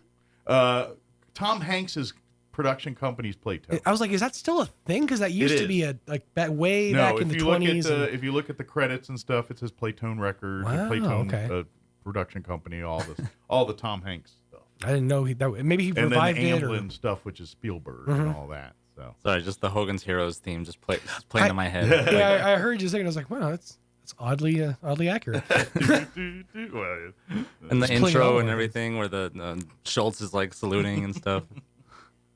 Yeah, but it's a good show. I highly love it. It's just really good. So we're gonna have the folks from the Desk and Derek Club join us here. I believe it's Patty Smith and Jackie Hewitt that are going to be joining us. Patty Stacy. Patty Stacy. Did I say Smith? I wrote that down wrong. I'm stupid. No, I was just letting. All right. From Desk and Derek Club, they've got their membership meeting tomorrow. We'll talk about that. And if you're not familiar with what Desk and Derek Club is, well, we'll learn you on that, too, here as well. So we're going to do that here in just a few. But first, here's your weather. I'm meteorologist Steve Hamilton with your Pecos Valley weather. We do have a storm system on the way by about midweek, and that'll bring us some gusty wind, but that's about it. For today, a little bit breezy, not bad. Sunshine, and we're in the mid-70s. Overnight, a few clouds, and we're in the upper 30s, and then upper 70s with lots of sunshine coming up on Tuesday. Still a little bit breezy. The gusty wind will kick in on Wednesday, sunny and upper 70s. That's your latest forecast. I'm meteorologist Steve Hamilton. Thank you, Steve. Currently, did I refresh? No, it's not fresh. I'm a bad host. Currently, 37 degrees here in Roswell. Humidity is at 54%. Winds currently out of the west at 3 miles per hour. Sunny skies and a high of 74 today. South winds 5 to 15 miles per hour. Partly cloudy tonight. Expect an overnight low of 39 degrees. South winds 5 to 15 miles per hour. Tuesday, sunny, 79, west winds 5 to 10 in the morning, 10 to 15 for the afternoon. Tomorrow night, mostly clear, overnight low of 43 degrees with winds out of the southwest 5 to 15. Wednesday, could see some patchy blowing dust for the afternoon, otherwise sunny, 77. Winds out of the west 5 to 10 in the morning, 15 to 20 for Wednesday afternoon. Thursday, partly cloudy skies, 68 for a high. And then Friday, actually Thursday night and then and Friday, Saturday, we're looking at rain chances. A 60% Thursday night, 50% chance of showers on Friday, mostly cloudy, 52 for a high, 50% chance of rain Friday night. Saturday, a 30% chance of showers, partly cloudy and 60, 30% on Sunday, partly cloudy skies, a high of 62. So crossing my fingers, knocking on a little wood, hope we get some moisture here, but you know how it works around here. I'm guessing as the week progresses, those rain chances will dissipate. I hope I'm wrong because I want rain, but I've just seen how it works usually. All right, 8:25. We're going to take a quick 3-minute break, and then we'll talk Desk and Derek Club on the other side. Don't go away.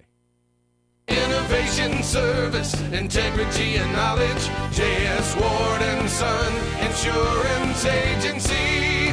Auto and home, life and health, personal and commercial.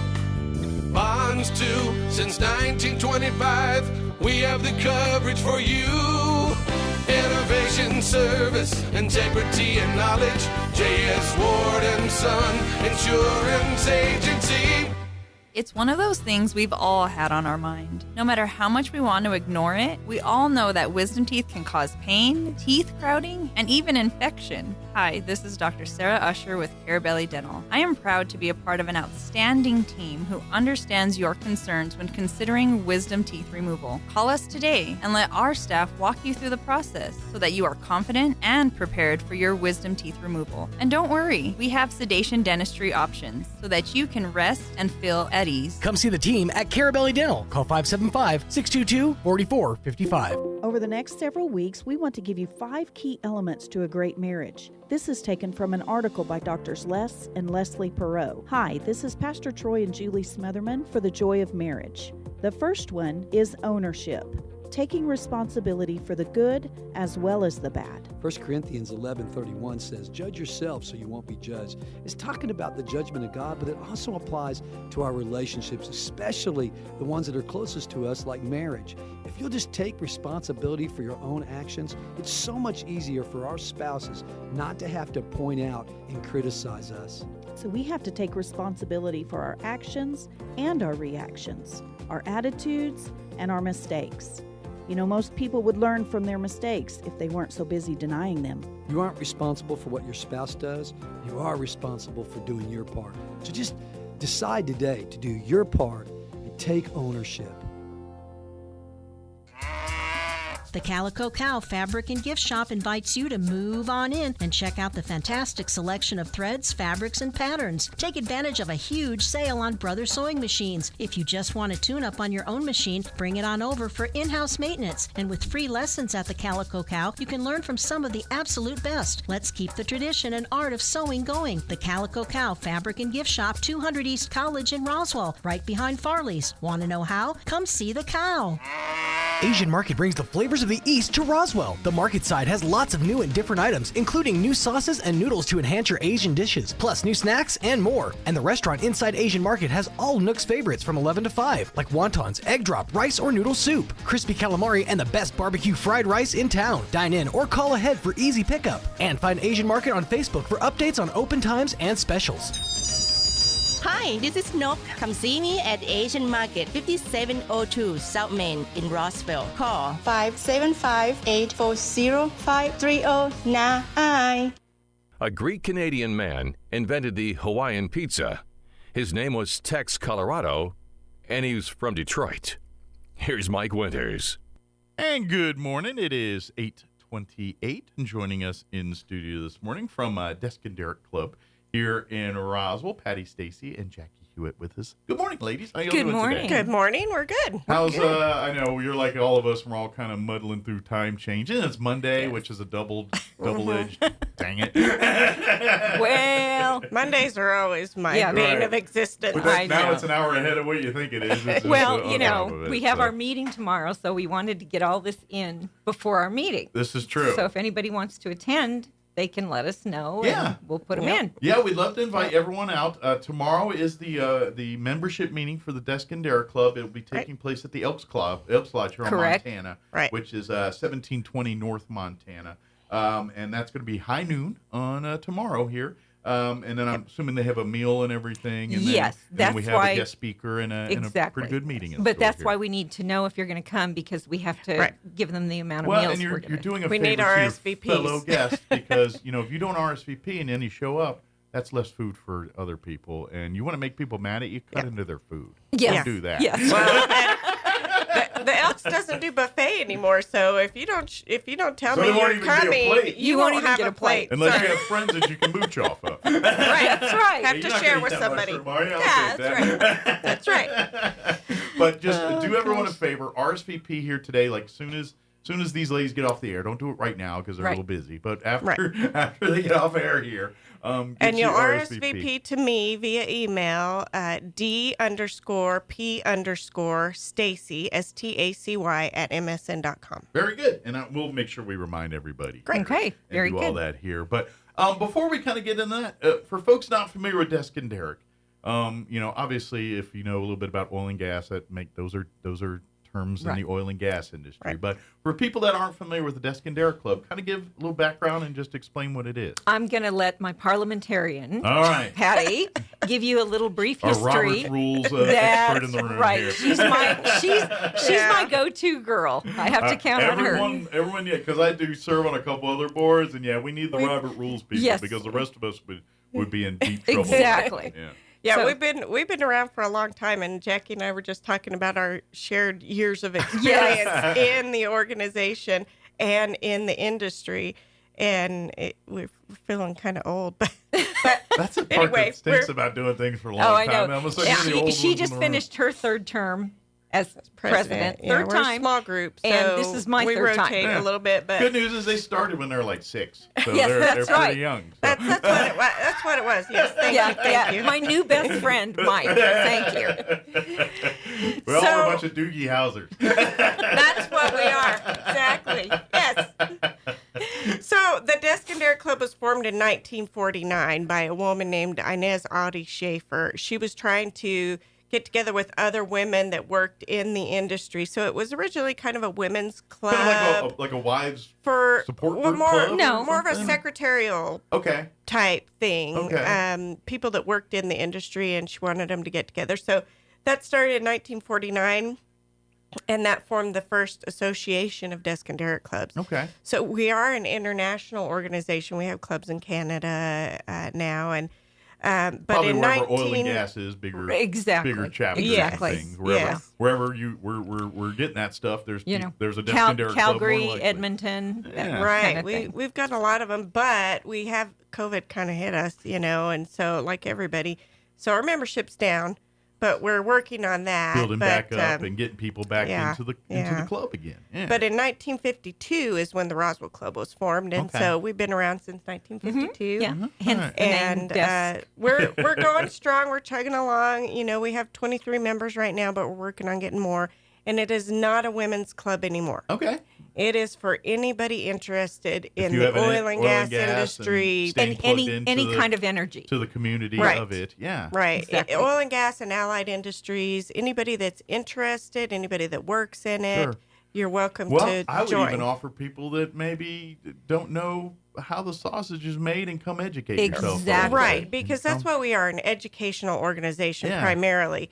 And so our meetings every month vary. We have different speakers that educate us about different aspects of the industry and allied industries. We also have some socioeconomic type meetings and stuff where we have other people in that tell us about different other things. And it's an educational club, and that's what we're here for. Yeah. And so we want to educate as many people as we can in the public about the industry. But that's what I love about this is because the world does not realize that there would be no world you like today without the oil and gas People industry. do not understand how difficult it is to extract energy. Well, and they don't realize how many aspects of their life oil and gas touches. Like if you're dealing with anything plastic, not a clue. You can thank oil and gas. Anything plastic and is coming everything is oil and gas. gas. That's what everything's made out of nowadays. Yeah, exactly. Well, believe it or not, there was a program that we used to do called the Magic Suitcase, and we would go around to schools and we would bring a suitcase full of everything that was petroleum based and gas based, and people were amazed. Everything from beach balls to medicine to cosmetics.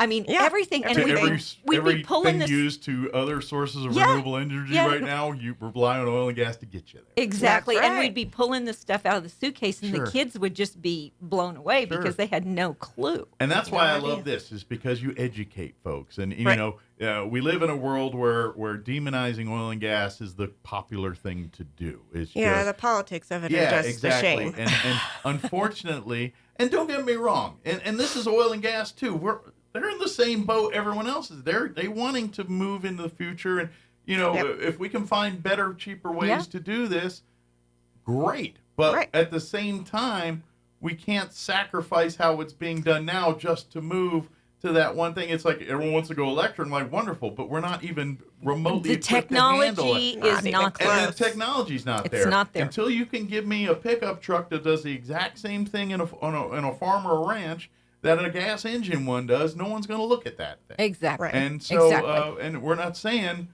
we're not open to that. It's not ready yet. We're just not there to do. And, Right. and trust me, oil and gas is going to have to be involved in whatever goes into that next generation. Yeah, even solar panels and windmills are made with energy. It's all oil and gas exactly involved with it. So instead of demonizing, let's educate ourselves, understand it, I'm all and then for work together. everything. Absolutely. A little bit of everything. And I'd hate, and this is another thing I'd like to burst the bubble of the people that are proponents about this.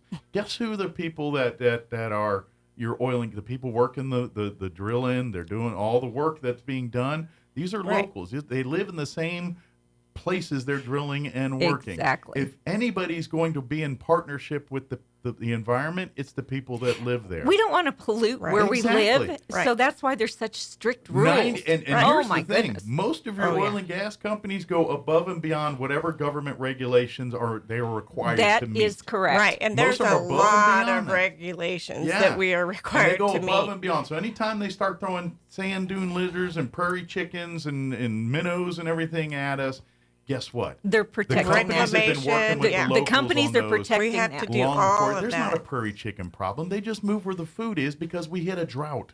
That has nothing to do with oil and gas. And more to do with what they do when the things change. It has nothing to do with us being there doing it. It would have happened regardless because we got less rain and less vegetation and less food. So they go where the food is. Right, exactly. It has nothing to do with a desk or a derrick. Right. Yeah. Well, let me have to do with us. Leave us alone. Well, let me tell you about some exciting stuff coming up. March is Desk and Derrick Awareness Month. Right. So we are having the mayor come and present us with the proclamation tomorrow. Nice. Make it official. Yeah, we're going to make it official. We're going to have him there.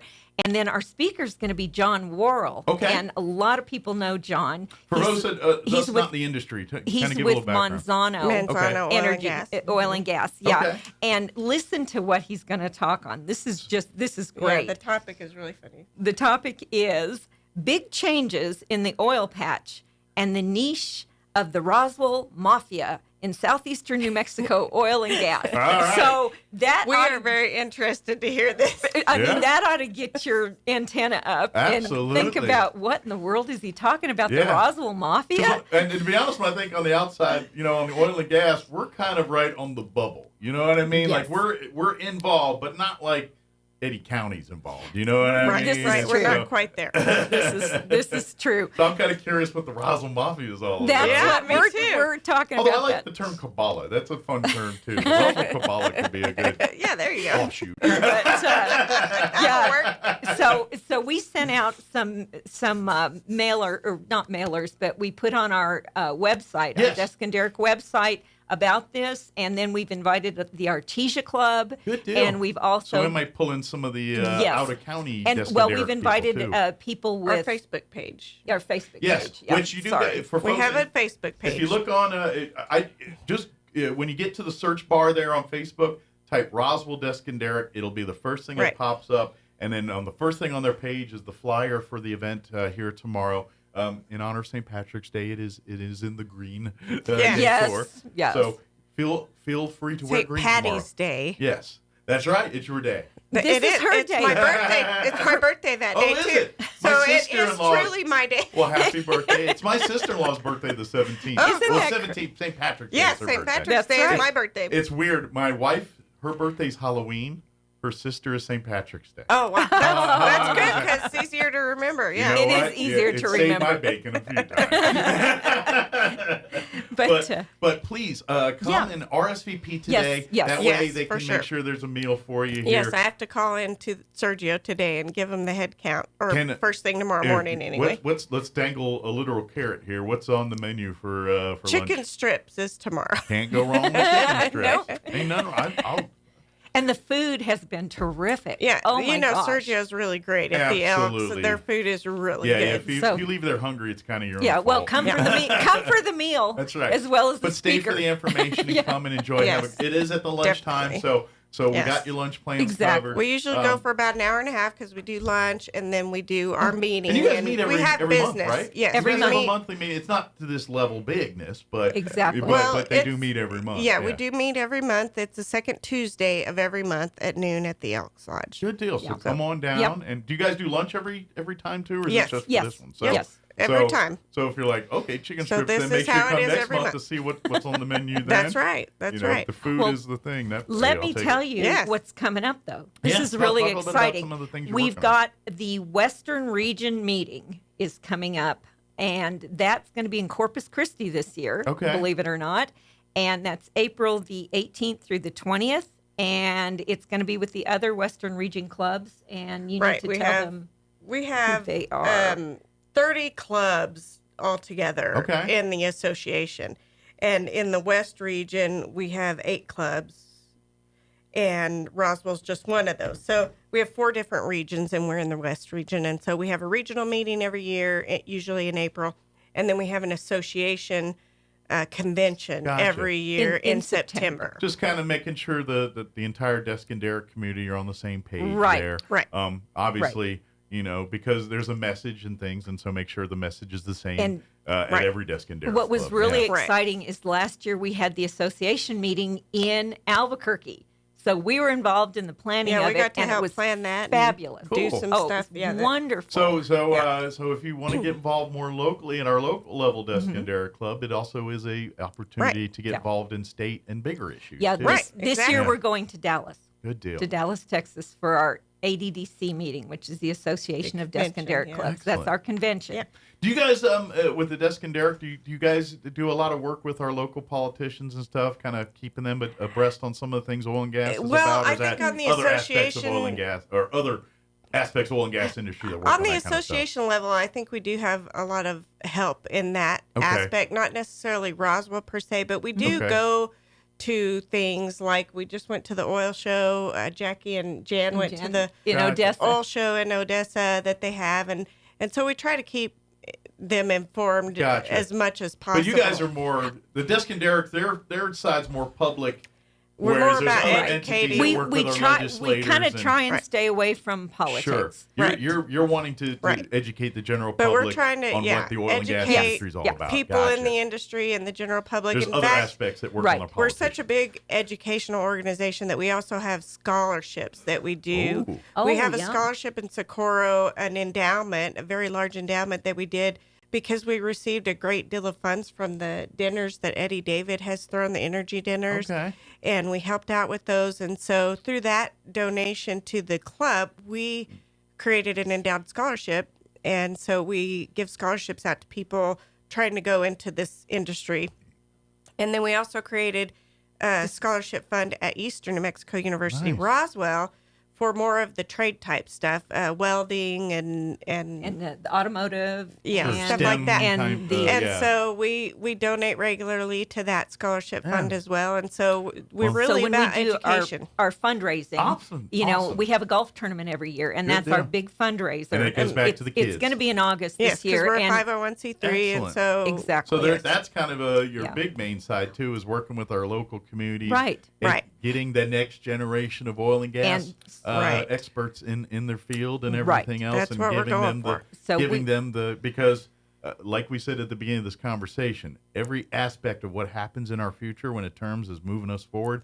Oil and gas is going to play and we need to keep it going, and so we have to educate the younger ones to keep it going. And the university was great here locally because they told us that the unfunded scholarships were for the automotive and the welders and all of this, so they were so grateful to be able to get those funds to be able to give out to students. There's not a lot of scholarships out there for that, so definitely if you're out there at Eastern and you're in one of those type of courses, look for our scholarship. Well, and this is a great deal because you have, when we talk oil and gas, we have our engineers and our people that are kind of the ones landmen and pushing the envelope to the next. But you've got your support guys too. But that's just it.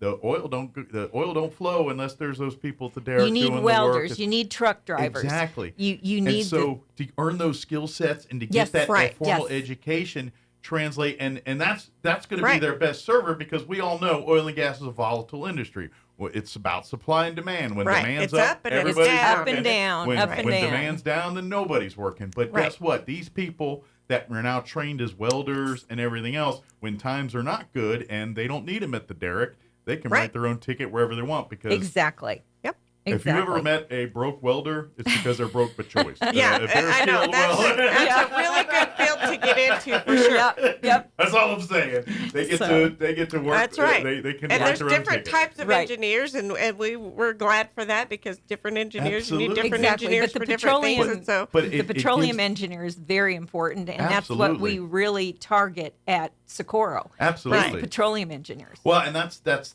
in whatever happens next, those are the people who are going to be involved in how to get it there or get it out of where it needs to get to or get it where it needs to go. Right. The oil and gas industry is a big employer. I mean, we need to keep that employment up. It pays the state a lot of money. It is. Yes. It's something we need to support and not turn into the devil. You don't want to demonize it because we're working as cleanly as we can to extract this from the ground. Do your own. If you don't believe anything we're saying here, do your own research. Get on there and do your thing. And you're going to come back and find out that just about every facet of your life is impacted in some way, shape, or form by oil and gas, whether it's directly or indirectly. Exactly. I mean, even the fact you're listening to me on your radio right now, is because of oil and gas. Exactly. Yep. That's exactly some right. other variables, but, Yes. but without the plastics and the materials to make these things happen, that's right. None of this happens. That's exactly right. Well, one other thing I want to talk about is, besides the golf tournament, we are going to have an industry appreciation banquet. Okay. And that'll be in September. We have that every year. All We're right. shooting for September 12th. We're Okay. still not sure on the date, but that is going to be spectacular because we're bringing in the speaker that was at our convention in Albuquerque. And this He's guy really good. is amazing. Awesome. You guys don't want to miss this. It just blew us away. Excellent. And so we'll able make to sure we him. get you guys on the radio Yes. as we get a little closer to Sure. and we get lockdown details and Sure, everything. sure. People can start RSVPing and everything. Exactly. Yes. But just to kind of get your foot in the door right now, come out to the meeting tomorrow. Yes. Right. Again, it's going to be high noon at 12 p.m. at the Roswell Elks Lodge here in town, which is 1720 North Montana, if you're not familiar. We do ask that you RSVP. Contact Patty here. You can shoot her an email, D_P_Stacy, STACY, at MSN.com. That's right. And of course, if you look, another thing, if you forget all this because you're driving, just go to the Desk and Derek Facebook page. Right. Just type in Roswell Desk and Derek on your Facebook. It'll be probably the first thing that pops right up. Click that. You're going to see the flyer. It's got the contact information. But we do ask you RSVP so we can make sure there's enough food for If you everybody. want food, And If then- you want food, you better RSVP. and don't forget, RSVP, yeah. from Manzano Energy, we're going to have John Worrell as your guest speaker tomorrow. Correct. Yes, come he's out, gonna be meet great. some new other fellow Desk and Derekers. Come Yep. meet or come learn Yeah. about the industry. If you're just like, come to learn. I just want Right, to, you know, exactly. I'm here for the chicken strips, but I want to learn some information while Yes. I'm here too. And we are kind of in a rebuilding mode. You know, we want to bring more people well, in. like I say, COVID is and everyone knows, you know, and we're even Yeah. though we're 4 years later, Yes. there's still We're still struggling to dealing get with back. the We're impacts still of dealing COVID. with it. I mean, some more. I mean, even our schools and everything. I talk to our, our super and teachers Yes. every month. Oh, and, yeah. And even 4 years later, it's so much better than it Oh, used to be. speaking of But- which, the schools, we have the ADDC has a booklet that they put out. It's called Bits. Bit of Fun Energy Bit of Fun activity Energy book. Okay. Activity book, and we used to be able to get them into the schools, And they would teach Yeah. a section on oil and gas, and it Okay. was for 3rd grade to 5th grade, I believe, or Probably. something That like that. It sounds was right. elementary I don't school. Love it. And this year we're ordering some of the books, and instead of taking them to the schools, we think we're going to do a float in the parade, cool. and we're going to And hand we'll them hand out out to the the books. kids. Okay. For the fair parade here in the Yes, summer? Awesome. yes. Very so cool. we're hoping to hand them out on the route to the Nice. children. Good deal. So- well, and that's just it. We educating the kids, and Yep. especially in our part of the country, because guess what? They're going to go out there in their front yards and see the desks and derricks, and to give them an understanding of what this is all Yeah. about. What's a derrick? Yeah. Well, there you go. We'll explain Exactly. it Yeah. to you in the little energy book. Yeah, And It's the a cutest. fun little activity book. It Yeah. has puzzles and all kinds of It things, has and it's really good for cute, kids. You know, it has matching and all the stuff that kids like to do. Sure, but it So. gives them that positive energy or image and understanding of what Exactly. the energy industry and the oil Right. and gas industry Most is about. kids know that when they flip a switch, they can turn a light on. Absolutely. But they don't know how it gets there. Yeah, and that's so It's like, important. They've to- got to and understand. let's face, and we're not trying to make electricians or No, energy it's- experts everybody, no. but you got to at least have a concept of understanding. It's not magic. That when it comes from here and goes here, this is the process. This is of how what you does. get it. right. Yeah, Yeah, it's exactly. not magical. And it how doesn't much just it's an appear. integral part in so many aspects of life and things. And, Exactly. And we think you think of the World War II effort, and when America, and we talk about that greatest generation and things, and that the oil and gas, because they really had to figure out ways to do things, and because there are shortages of rubber. Hence, the oil and gas industry and other Right. industries are trying to work for alternatives to make a rubber tire because we can't get rubber anymore because of the war effort. I mean, Yeah. oil and gas is a big role in There's every always one of they've those always things. been there. They've Yeah, always and been so, there. And so Always. when you understand that history, it's something to be proud Oh, of. if you not look something to at be the ashamed history- of, like they want to tell you today. We have an Yes. incredible editor of our Oilette. It's called the Oilette. It's a bulletin that we put out every Monthly month. bulletin. Mhm. And she has done an unbelievable job. This month puts she's little educational spotlighting flyers in every month. petroleum jelly. And she talks about the history of that. Tastes bad, but very useful. Very useful. It's the worst tasting of all the So she has a whole history on it. I mean, nobody knows where petroleum jelly came. Vaseline. Right. You know, we're talking the title's Vaseline. in the name. There is. Exactly. Great for moisturizing and helping little everything. Yeah. So you guys, awful on a sandwich. You guys need to look up the history of it. It's fascinating. It's just fascinating. It is. So we even educate our members every month. Every month. And a lot of times they find this stuff out accidentally. Like initially it was created for a other purpose. Exactly. It didn't really meet the need of that purpose, but oh my golly, it's so look good at for all this. the other stuff it does. Yeah, exactly. Things like silly putty came to be the being because that's what and that was back to the tire thing. Yeah. They were trying to find alternatives to rubber, and so silly putty got invented. It's like, well, this is awful as a tire, but guess what? It bounces. It can pick up It makes me imagery. think of the movie Flubber. Yeah. Yeah. And she also, the previous month, she talked about how when they discovered oil and realized it could burn, they were using whale oil, and nobody could afford it. Yeah. It was too expensive. It was too much people were in the dark. And then here you have all this in the ground, right? Until they discovered oil. And once they discovered that you could refine it and use it for light and energy, they said that's when the Industrial Revolution started. It kind of begat the next our next phase in history here. Exactly. And you see the modern industrialized revolution. Yeah, they didn't have to use wood or dung or whale oil to heat and have light for and the that's home. Just it. People don't realize oil and gas has been around longer than cars and motorized vehicles have been on this earth. Yeah, it's just since the dawn of human been beings, there for a long time. There's been a place for oil and gas, exactly for heating, for light. They figured it out early. They did. That oil and gas is even very before good tools. the Beverly Hillbillies. Yeah, before they said this would make great use in it. Even before the bubbling crude popped up in there. Exactly.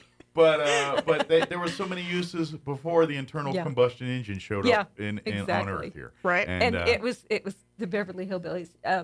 Patty and her group, she's involved with We used to do a little skit called the Petro Billies, and it was our way of education. We'd go to the schools and educate the kids on stuff like that. Yeah, it was a hilarious skit, and the kids loved it. And they got educated, and they didn't even know it. Well, that's just it. And that's where you start, at that level, when they give them that understanding and obviously doing it through that fun way presents a positive memory for them. You have to catch the kids' attention somehow.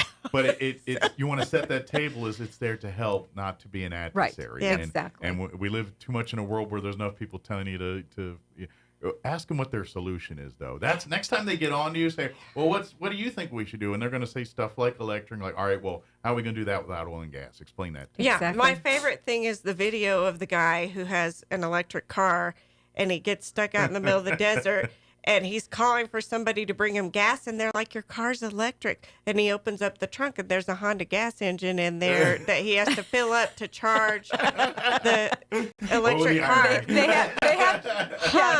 It doesn't make any sense. Absolutely. It makes no sense. Until the technology's there, it makes no sense. Even when you plug in your car in your garage, and guess where that power's coming from. Hello. Exactly. Hello. Exactly. But there was another thing I wanted to mention. I've started another community service. Okay. We used to do them years ago, and we tried started to again. help the community as well. Yes. And our first one was donations to FORA, Friends of Roswell Animals. Oh, yeah. Yeah, Right. they needed dog food desperately for boarding. Well, and we have a major pet overpopulation committee, and I always have the humane side and everybody. And I'm on volunteering with FORA. And these groups, there's some great groups in town, so please work with these groups. We did that and help do their part. That was in January, right? And then this month we are collecting money, and we'll collect it tomorrow. You're going to love this for the Walker Air Force Museum. Ah, another great entity. So they work on donations. So we're going to collect it. If you have not been down there, go look at the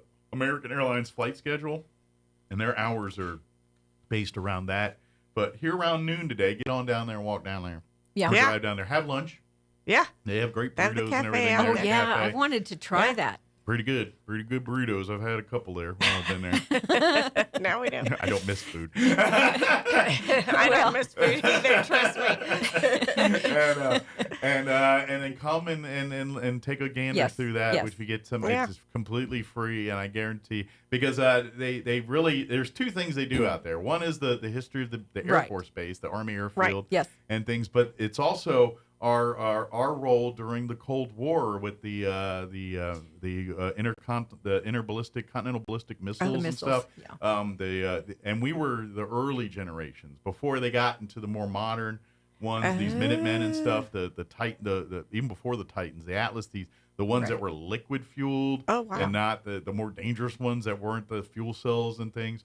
Roswell's history, as they got better, they kind of moved into other parts. But here in Roswell, we were those first generation ICBMs. Kind of after my own heart. My father was an Air Force colonel when he retired, and so we were lifers. We were in the Air Force, and I know what the Air Force put forth. So this really touched me a little bit. It's kind of it's all again those circles and how they all interweave and things like that. So another great organization by you coming and supporting. You're also helping. We try to help support other. So, we've got the Altrusa Club that we know does all that stuff around, but we like to do our share too, and so we're trying to bring that back a little bit and come up with something every month or every other month to try to donate the word scholarships earlier. Please come to the meeting tomorrow.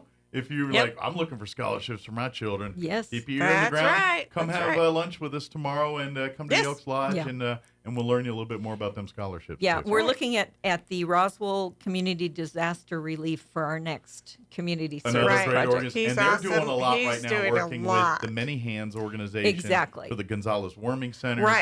So again, all interchanged and helping out here. So that's what we're looking at for our next one. Absolutely. So that'll be for April. Right. Well, we hope April or May. April or May because we'll find out. We're supposed to have a joint meeting with the Artesia Club. Oh, okay. In April, that's our traditional joint meeting. So we've got to work that out. They're Who's kind in charge of our food, sister then? Is it club. Artesia or Roswell? It'll be us this year because they're having a struggle over there getting members and stuff. So we're going to go ahead and host again this year. Oh, very good. They're like our sister club, so every year we trade off hosting one meeting a year, and so. Well, they got nice places to eat there, and they got nice. So I imagine that they don't mind because everyon likes to go to each other's place and eat at their certain food. Yeah, we trade off every other year. Like y'all are like, we can't wait to get to LaFond, and I'm sure there's a place here, Cerritos or something they can't wait to get to as well. So. Yeah, there's always something. Yeah. But again, come out tomorrow. Please reach out and an RSVP. You can email Patty here directly, D_P_Stacy with a Y at the end, STACY at MSN.com. Or if you can't remember that because you're driving or you just don't have one of those kind of memories, I hear you. Go on Facebook. You're going to be there eventually. Go to just type in the search bar Roswell Desk and Derek. It'll be the first thing that pops up, and the first thing on the page is the invite for the meeting tomorrow. You can reach out to Patty that way, either way, and do it this morning. Don't wait till tomorrow because, like you said, we got to know how many chickens. If we got to pull one more chicken finger off the plate because you didn't call, then we got to. You get nothing. That's right. You don't get any food. No for you. The suit Nazi. No for you. No soup for you. Yep. Sergio get a little touchy about that. Absolutely. So, well, thank you, ladies. Thank you so much. Thank you for having us. And we'll see you next time here as we tell people. We'll get you to remind people about the before our next meeting. industry meeting. Yeah, before we'll do that. Sure. Before our golf tournament. Yes, absolutely. Get it in here, and we'll that way we can because. We need to be popped upside our head to remind. Oh, that golf tournament is a ton of fun. Yeah. Let me tell you, the guys love it. Yeah. So we'll get you in that way. Because we're the land of manana and we forget all that other.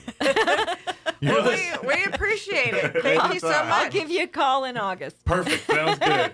It's 9 o'clock. You're listening to 106.5 Roswell's Talk FM, KEND or Roswell, New Mexico. Under Biden, we have a 3-year inflation rate of almost 50%. Under me, you had no inflation. The dueling rallies came ahead of Georgia's presidential primary on Tuesday.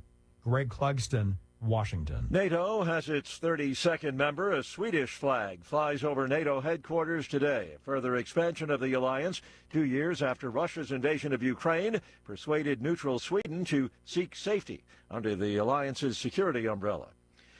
As the ceasefire remains out of reach, the war in Gaza rages on. The explosive conflict triggered by the Hamas terror attack on Israel. The BBC's Yolanda Nell monitoring developments from Jerusalem. Hopes for a ceasefire, which would have seen the release of some of the remaining Israeli hostages held by Hamas, have stalled, with both sides blaming each other. Meanwhile, the Israeli Prime Minister Benjamin Netanyahu has vowed to press ahead with an offensive in Rafah in southern Gaza, saying this is key to defeating Hamas. The US President Joe Biden had earlier described carrying out such an operation in the area, crowded with displaced people, as his red line. The leader of al-Qaeda in Yemen is dead. The U.S. government had put a $5 million bounty on the head of the terrorist leader. Stocks are lower on Wall Street. The Dow's down 109 points. The Nasdaq off 15 points. More on these stories at townhall.com. Everybody wants cheap airfare, but where do you find it? You call low-cost airlines. Their prices are direct from the airlines, and they're so low you can't find these fares published anywhere. They specialize in cheap flights, discount hotel rooms, cheap car rental rates, and great package deals anywhere around the world. Wherever you want to go, they can help you get there cheaply and with a best price guarantee. If you want the lowest prices on your airline tickets or other travel services, call now. That's right, call. That's the only way to get these rates. Experts are standing by 24/7 to get you the cheapest airfare and hotel rates available. So don't wait. Call right now for the lowest travel prices anywhere and for great last-minute travel deals too. Call 866-755-5300. That's 866-755-5300. Again, that's 866-755-5300. Call us right now. Japan's economy managed to grow in the fourth quarter of last year, averting a recession. According to revised government data that had previously shown a contraction, real gross domestic product grew in the October to December quarter at an annual rate of 0.4% instead of a contraction of 0.4%. The revision reflects an improvement in private capital investment. It also means Japan avoided sinking into a technical recession, generally defined as 2 straight quarters of contraction. Correspondent Jeremy House.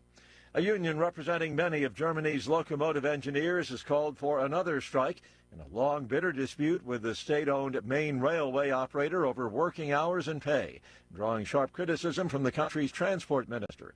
The union called on drivers of Deutsche Bahn's passenger trains to walk out for 24 hours to start at 2 o'clock in the morning on Tuesday. News and analysis at townhall.com. As investigators continue their work, we're learning more about a recent deadly military helicopter crash in Texas. Authorities have released the names of the 3 who died in the incident. The New York National Guard troops were Chief Warrant Officer Casey Frankowski and Chief Warrant Officer John Gracia. Border Patrol Agent Chris Luna was also killed. A National Guard soldier who was seriously injured remains hospitalized. Cause of the crash still under investigation. Jason Walker reporting. Police in Jonesboro, Arkansas say 3 people were killed, several others injured when shooting broke out at a private party early yesterday morning. Officers found multiple gunshot victims when they arrived on the scene near Jonesboro's downtown around 5 a.m. Sunday. Jonesboro police say a man and a woman who were acquaintances of the gunman died. The shooter also died. More on these stories at townhall.com.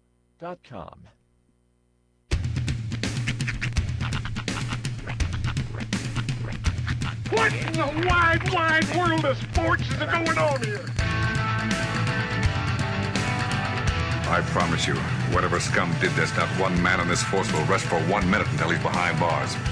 Now let's grab a bite to eat. Yeah, come on. I feel the hot wind on my shoulder and the touch of a world that is older. I hit the switch and check the number.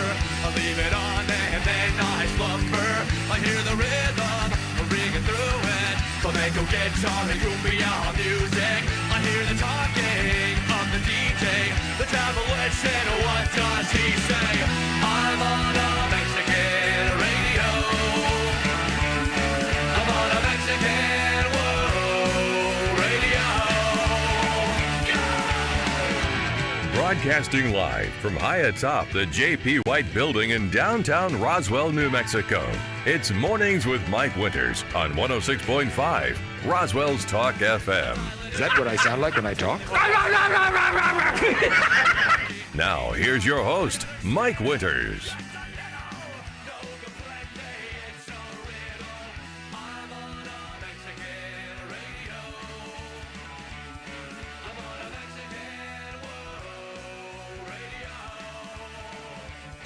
And good morning. It is 6 minutes after 9 o'clock. Welcome to our number Trace and Piernos of Mornings with Mike Winters. Right here on 106.5 Roswell Talk FM. Happy Monday. Yeah. You know, welcome back to the drag. I watched over the weekend. I got a link from the Savannah Bananas saying that they that they were going to live stream their first game in a Major League Baseball stadium. They were in Houston on Saturday night. And they got a little rub out or a little shine outside of that, their own little world, right? On over the weekend, because I watched. I didn't watch the whole thing, but because I was here doing basketball, but I watched a little bit of it while the basketball game was going on. Right. And it was pretty neat seeing some of the. They were doing a whole dance. Did they play like a regular baseball game, or was it like one eventually? Of but it's like there's like the first guy coming up to bat. There's a whole dance routine he's got to go through first. And all. They literally, it's literally baseball players that want to be like Tony Award-winning baseball. They want players. to be. They want to be globetrotters. And so they do songs and they do dance routines, and it's funny. That's awesome. But they got a outside of their own world shine because in Houston there, during the course of the game, Nolan Ryan came out in a Savannah Bananas uniform. The GOAT. Nice. For the Savannah Bananas on Saturday night when they were in Houston. And so if you go on social media right now, there's a whole slew of videos and pictures of Nolan Ryan in his Bananas uniform.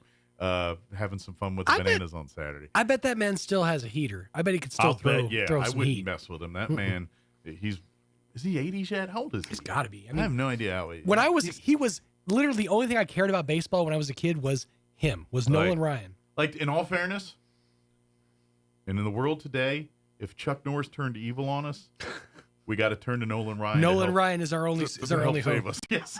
Nolan Ryan with a bat. Yep. He's our only hope. He's 77 years old. Okay. Not quite old enough to be president. Yeah. I think Chuck's still got like 10, 15 years on him. I think Chuck Norris is pushing 90 at this point. I think he's like in his 80s, yeah. If Chuck Norris's eventual heel turn ever happens. But Chuck still sounds like he's 65. I mean, he 84. Yeah, 84, they're right up there. Yeah, so he's got about. So Chuck's got about 6 years on him. Okay. But yeah, so I'm be curious. Did you happen to see the pitch? No, I didn't. Okay. Because I didn't watch the whole thing, and then next morning Sunday I was like, oh look, there's Nolan Ryan. I missed that part. You probably find it online. I'll have to see and track it down. Yeah. Because I'm curious if he still has it. You know. Well, and it's muscle memory, right? I mean, at a point. Yeah, but I mean, there's still some velocity and all that. Nook's on her way. Just got a note. There you go. But yeah, I don't know. I mean, he defies all game on with Nolan Ryan. I mean, yeah, he probably could still throw a 90-mile-an-hour fastball if he had to, maybe once. I don't know if he's going to do it. I was thinking that scene, whole game or an inning even, but he can do it once. I was thinking that scene in Rookie of the Year. Give him the high, hard, stinky cheese. Bombing roving Garmenter. Rolling Crapper. Yeah, he kept messing up his name the whole time. Yeah. I still love that movie. It's great. It's in the lexicon of movies. And it's aged not terribly. Yeah. It's one of the few times you get a fully coherent Gary Busey. Yeah. Like I think that's maybe one of the only times I've actually seen him not acting like in a movie acting as the character cast like a psychopath. Yeah. The other big one that I'm thinking of is Black Sheep. When he played that dude who lived in the bus. Well, as far as like normal Busey though, Under Siege, he's pretty coherently. Yeah, he's a bad guy. I didn't get to see a lot of early Busey, but and the Buddy Holly story. You ever seen what made him famous? That is true. The show that made him famous. That he's young and he's pretty semi-normal there. He's Buddy Holly. Of course, the question is, because it happened in the 80s, but when in the 80s did he have his motorcycle accident? Sometime after Under Siege. Was it? Yeah, because Under Siege, he's because that's sort of like when he went off the rails. Yeah, well, he got kind of famous again. Like the Buddy Holly thing put him on the map, but that Under Siege first one was a big blockbuster hit in that world. That it kind of made what's his nuts a little bit famous. What's his name just went right on my head. You know, the clown shoe, Seagal. Seagal, yeah. Sorry, I forgot. Pretty much a joke at this point. Right. You know, it's a Steven Seagal movie. Hep keto training from Steven Seagal's fat ass. But the fact that it had Tommy Lee Jones as the bad guy and Gary Busey as the bad guy, it's by far the most Hollywoodized of the movies that Steven Seagal did. Yeah, I would concur with that. And so, and it also had the other girl that was a Baywatch girl at the time, very popular. Yasmin Bleeth? No. Aaronic. There's a nude scene with her where she pops out of a cake, which that's why that movie is also rewound and watched by 20-year-old men. I haven't seen that movie as a grown up. Erica, something like that. Let me see. She was a Baywatch babe of the moment for a while there. Under Siege. There are two stories that I absolutely love about Gary Busey. One is, I shouldn't say love, but that I know and reference. One is the motorcycle accident. The other one is famously Erica Eleniak. Yeah, that's Eleniak. Yeah. Famously, she's cute. Was having they didn't put ugly people. Was having a raging coke party with him, Charlie Sheen, a bunch of friends, and the who's who of cocaine. And I guess somehow the cocaine that they were doing spilled off the table onto a dog. Gary Busey then grabbed this dog and sniffed the cocaine out of the dog's fur. Wow. That is dedication to your drug. That's what that is. Yeah. I'm guessing Jan Michael Vincent was at that party. Probably. There's a few other names we could put on that list. Robert Downey Jr.'s. But I would say Under Siege was probably the last normally-ish movie by Busey before we started seeing the other Busey. Crazy Busey. Yeah. Now, don't get me wrong. He was coked out Busey in that movie. Oh, sure. But he wasn't off the rails then. He was, they could still, get him to work. Back then, he was just doing it recreationally, not as fuel like he does today. His eyes weren't in the same spot still. Stuff like that, yeah. And to be honest, of all the Steven Seagal movies, that's probably my favorite one. That's the one I've seen multiple times. And like his early ones, that's the people that kind of, like the Marked for Death, and what was the other? Yeah, all those, and I used to call them prepositional phrase movies. Yeah. Because they were like Marked for Death, Time to Die. Yeah. As far as karate version of him, those are more Meant to Kill. Yeah. Or hard to Kill, yeah. Yeah, Hard to Kill. I can't remember. But anyway, A Time to all Die. those ones where he plays like a cop that goes in a C bar and then beats everybody with a pool cue or a pool ball or something. Right. Those are those movies. The Under Siege, because they actually made a sequel on a train of Under Siege. There's Under Siege 2, even Under Siege-ier. But it's on a train. Electric Siege. And but because they had to get the Navy involved. It was a big budget movie. It was. I would argue Under Siege is Steven Seagal's high water mark. Yeah, probably. And I would say most of the 90s was just kind of like those. In some cases, also Gary Busey's. Also, I would say it's springboard Tommy Lee Jones, because that was also the time he was coming off The Fugitive, and between The Fugitive and Under Siege, I think that launched Tommy Lee Jones into that next stratosphere of movie star. Well, I'll tell you who helped is, and I can't think of the name of the production company, but they did a documentary about this duo production company that basically their whole deal was they would go to Cannes and they would pitch these huge movie ideas to that were like starring like Tom Hanks, like all the A-list movie stars, Arnold Schwarzenegger, all these movie stars of the day. And then they would get investments from these companies, and then they would go and make the movie, but with like B actors. I can't remember the name of the company, but it's basically Sidekicks was one of theirs. That was what's the other one? Show Enough. What is that one? Last Ninja. No. Oh, that's gonna drive me nuts. That was The Last Dragon. Last Dragon. Thank you. Last Dragon. I had to think of the song. You are the master. Last Dragon. That was one of theirs. Dragon. But they like launched these certain people's, like Chuck Norris wouldn't even be a thing without this production company. Same thing with like. Did they do all the?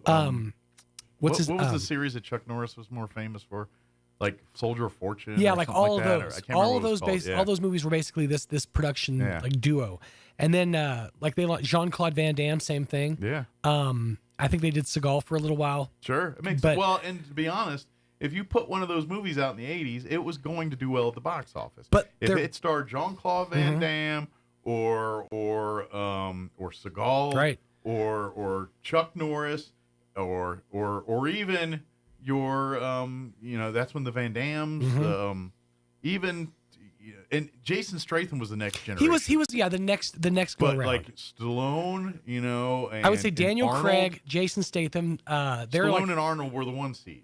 Like anytime Stallone or Arnold put one out, it was going to be a blockbuster Right. hit. These were like Bruce the Willis, next tier. same basic thing. Yeah. They were the A-list, but this is like you're But Bruce Willis was more of the actor of the bunch. Like of all of the action stars, Yeah, he was more Bruce like was an actor. more likely to end Like up in he's a- going to cross a genres drama. way before Arnold or like Stallone did not do a movie that wasn't an action movie until that Oscar movie Right. came out.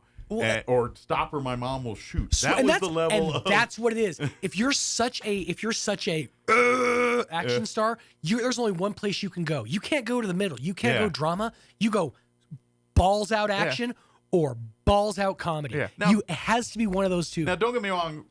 Stallone had Rocky under his belt, which is all him, and that's what got him famous to begin with. Yeah. So he cashed that into Rambo and into the series of different movies he did, Cobra, Right. which still holds up. I love Cobra. That's one of my favorite bad Stallone movies. That's not the Rocky movies. But look at like Schwarzenegger. Like he went from like Term T2 to like Kindergarten Cop. Sure. But prior to that, he had the Predator movies. He had, I'll Be Back. That's what got him famous was Sarah Connor. Right. Terminator, the original Terminator is Your what put clothes, give Arnold them to on me. the map of the world's famous actor. That was his role that put him into the icon that he is today. But I don't even know if you could do that today. Like, I don't think you could make it in the world like those guys made it here, just because. Yeah, you really. That's the thing is it happened at a very specific time in history when it could. And all of them got in. Like Arnold came in through his Mr. Olympian stuff and his, and Stallone, he really got it in through his writing. Rocky is his footwork into Hollywood. Well, and now one argues that the doorway, it didn't close. It's just shifted because now the doorway in is essentially through social media. Sure, it's easier and harder. Just on different. It really is because the field has been diluted. Yeah, it's no different than music. I mean, back in those days, if you wanted to be a band and famous, you had to sign to a record label to get your stuff out there. And in today's world, you don't necessarily have to do that. In 1968, if somebody would have come up to a young up and coming, whatever person who was interested in breaking out in the entertainment industry and said, "Son, someday your grandson is gonna be world renowned for putting candy into liquor into jars for a week just to see what happens." What happened to the world? Like it's insane what entertainment has become. Sure. Now, granted, I'm just as big of a fan of that pablum nonsense, but it's really fun because like back in the day, it's like you needed talent. Yeah. Yeah. Well, and it's who you knew a little bit. I mean, and that's where the shadiness side of it came into it. Where, this is why in our world, payola is such a highly illegal thing, because if you in the 50s, if you were a singer or an artist and you wanted to get on the radio, you had to grease the wheels. Oh, 100%. The record labels, and that's what they do. And they come in and the DJ in town Or who's the number one guy. That's just it. Hope you had a good relationship with the local DJ. And you grease the wheels with Cadillacs and everything else. Next thing you know, that DJ like, here's the best band coming up now because they just gave me a Cadillac. Payola. Yeah, and so that's why it's highly illegal today. Yep. But that's why. This is the glory days, man. Back when the Cadillacs were plentiful. Best you can do now is give us a burrito. And Right. Tell you how great the burrito is. Exactly. But yeah, that was the industry. And now it's a little different. Now you can, in essence, because of the internet and the availability of recording and materials are so much cheaper now. In essence, like if you want to be an artist singing back in the day, you had to learn to play instruments and sing, and now it's all computers and stuff, and which is good and bad, because we miss some real music, because there's some people that are quote unquote musicians that can't even understand how to read music, and that's a little weird in that industry. Yeah, that side of things is definitely become interesting, and it's a new challenge. The one thing that bothers me about this new age of like AI that we find ourselves in is I don't know what I can trust anymore. Oh yeah, if I look at packaging and I'm like, ooh, that looks good, but is that easier made up? now? But it won't be in a year from now. That's like that right now, because the technology is a little rudimentary. You can kind of tell now. You look at it and like, all right, that looks a little too not right. To something's off about it. Something ain't right. Yeah. But give us a year, I bet we won't tell. Oh yeah, the best way I've heard it put is the technology is as bad as it's ever going to be again. Exactly. Yeah. Right now, it's gonna get better / worse depending on how you look at it. Exactly. And if we don't. Oh, and this is why you're Well, this is getting back to all these SAG and writer strikes you were dealing with. They're getting ready for this next generation, because in theory, Hollywood's about to be able to make movies, and they're not going to need actors. Right. And actors need to cover their butt, because they just realize, I did something for you once. Now you've got me, and then you can make me whatever you want now. And guess who's not getting paid? Yeah. So they had to. That's why they're striking and all. That's why they did all this. Things needed to be rejiggered. To who gets paid for the net. It's no different than the music industry when the internet came. And streaming music versus what radios play. Each one of those mediums has to go through their own renaissance. So we're kind of in that world with VR and in the virtual reality world and all this now. So I wanted augmented realities and stuff. I want it on video and audio record that I, for one, welcome our AI overlords.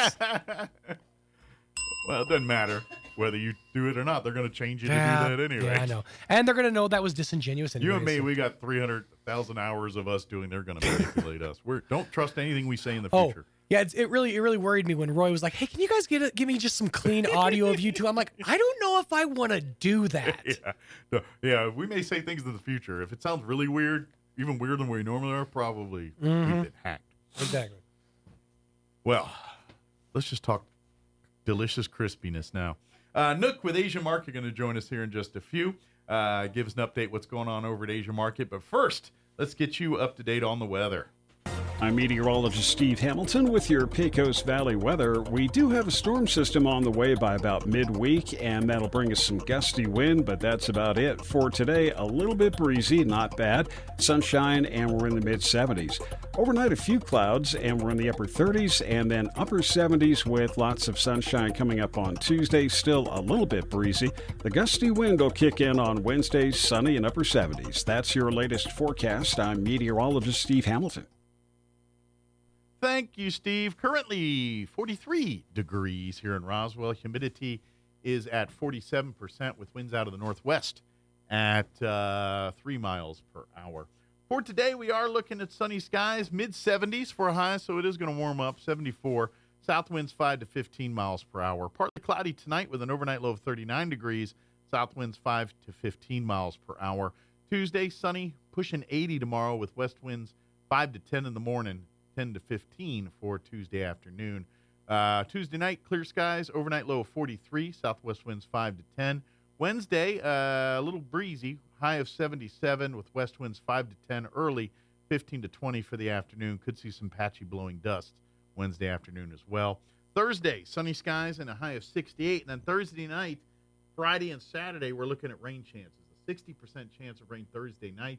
Mostly cloudy, overnight low of 42. 50% chance of rain on Friday, mostly cloudy, 52. 50% chance of rain Friday night, mostly cloudy, 39 for an overnight low.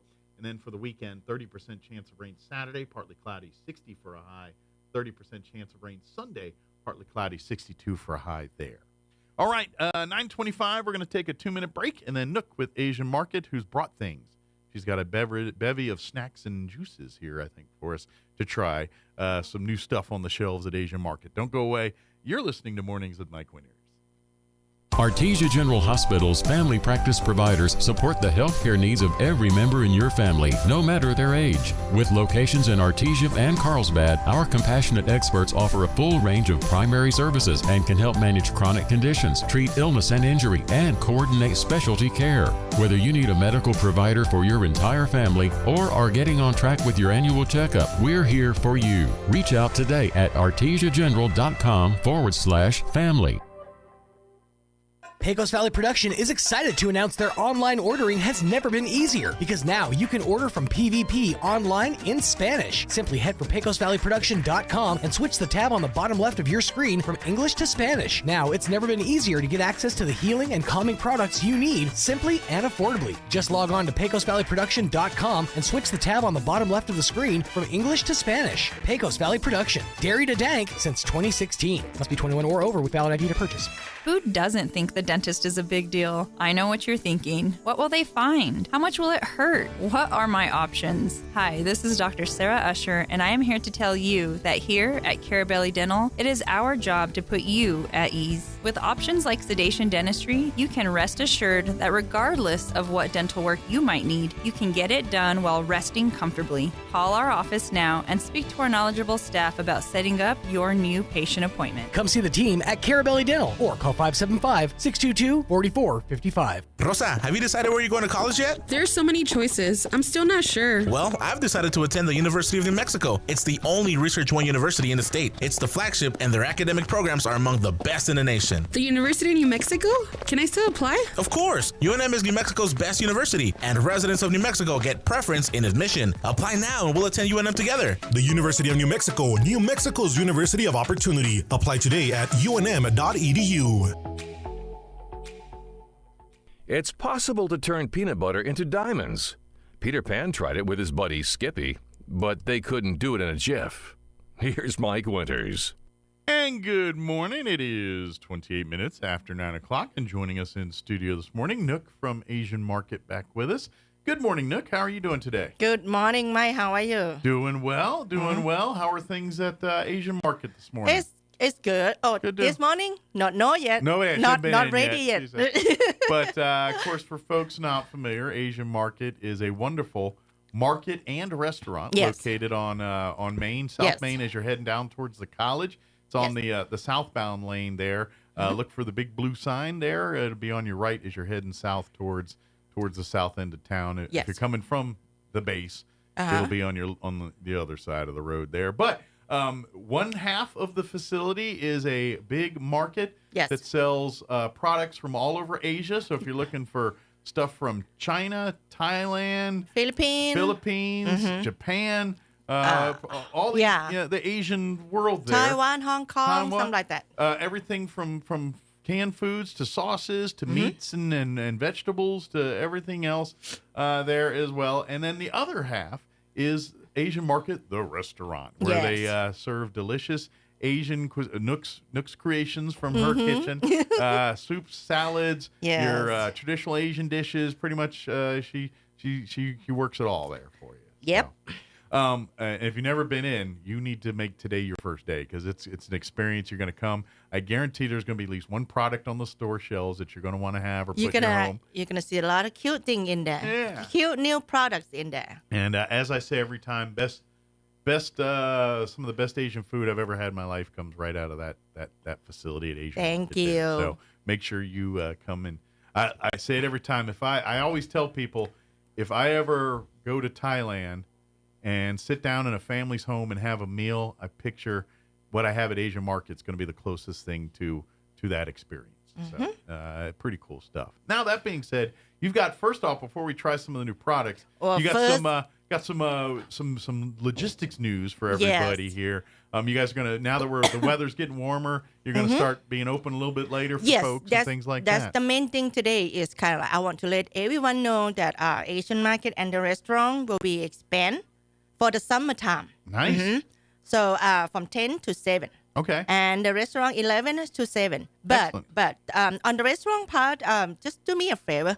The last order for dine-in and take out I will be at 6:30. Good deal. So you're taking orders till 6:30. Yes, till 6:30. After that, I have to clean. Yeah, to clean, and then you got time to finish yes, the meals. But and you all that. you still can shopping until so if you 7. Want to call in or do a for a pickup thing here, get them in before 6:30. That way, Nook can have time to prep it and get it all done and close everything up at 7 when the market closes. But now, so basically an extra hour here. When does the summer hours take effect officially? Are they effect right now? Yes. Okay. So very start good. from today, actually. All right. So today's beginning the first today. day. Yes. We'll have our new summer hours. Even though technically we're spring, right? We haven't. Have we officially gone into winter yet? Or but and then if anything changes on the hour, I will let everyone know. The best thing to do is if you're a fan of Everything Asian Market, which once you go in there you'll realize you are. Go by and then go online to Facebook and then like and follow the Asian Market Facebook page. Anytime Nook has to close up because of something going on, or if there's new stuff or new products coming in, that's the first place it goes to the public is there on the Asian Market Facebook page. So once you go in there and realize how cool this place is and how delicious all the stuff is, you're going to like and follow it. That way you can stay up to date. So, if there's, because sometimes she has something going on. And sometimes I need some break too. Yeah, she's got a life to live, and sometimes life needs you to close down for a little bit. But whenever that does happen, it's the first time. Always on Facebook, always on the page. But that being said, you got an extra little hour now to get, so if you get off work here and you try to rush to make sure you get your Asian Market food in before they close, now you got a little leeway time. Get those orders in before 6:30, and she'll make sure that you've got a full belly when it's ready. So, now that being said, she always brings in stuff every single time, and it looks like I see some juices.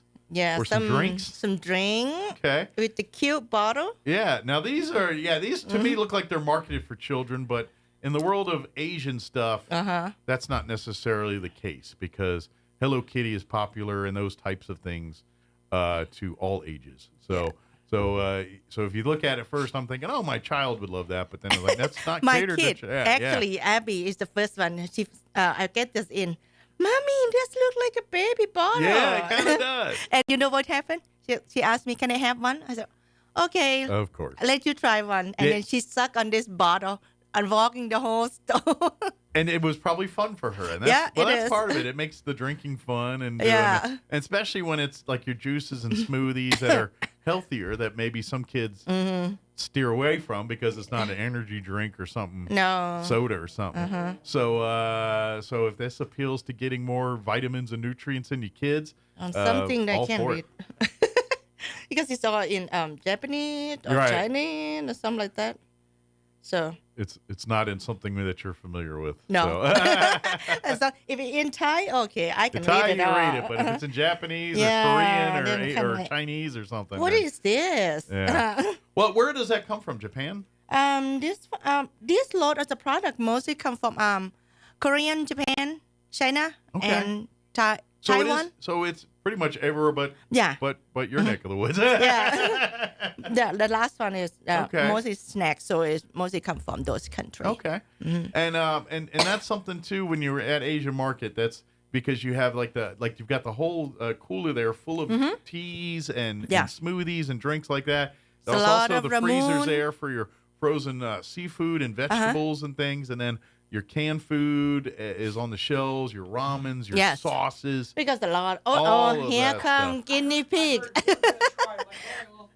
I knew Sean would be making his way over here. So let's Sean try this. All right, so let's try this first one. Now this. Oh, is this a ramen? No. Okay. I have a lot of ramen, but I didn't bring it. A lot of ramen, Hello Kitty, and Naruto. Now this one here, is this like a smoothie or is this a juice? This one is kind of like a yogurt. It's a baby bottle. So that's what drew to Nook's daughter. There's a tool, so I'm guessing this is to pop. I don't know. You're gonna have to ask Abby. Abby is the first one who tried it. Unfortunately, the instructions are in not I here. think Japanese or Korean. Not my language. So I'm gonna go ahead and pierce this because I'm guessing. Roy acts like he knows what he's doing here. Roy, do you know what? Are you an expert on what he's about to do? I know he's actually brought some of these types of sodas in before. So I'm gonna peel back this foil. Okay. Now it's got a bottle top on it. Okay, it actually has a silicone. Okay, so this literally is Camera guy, you getting this?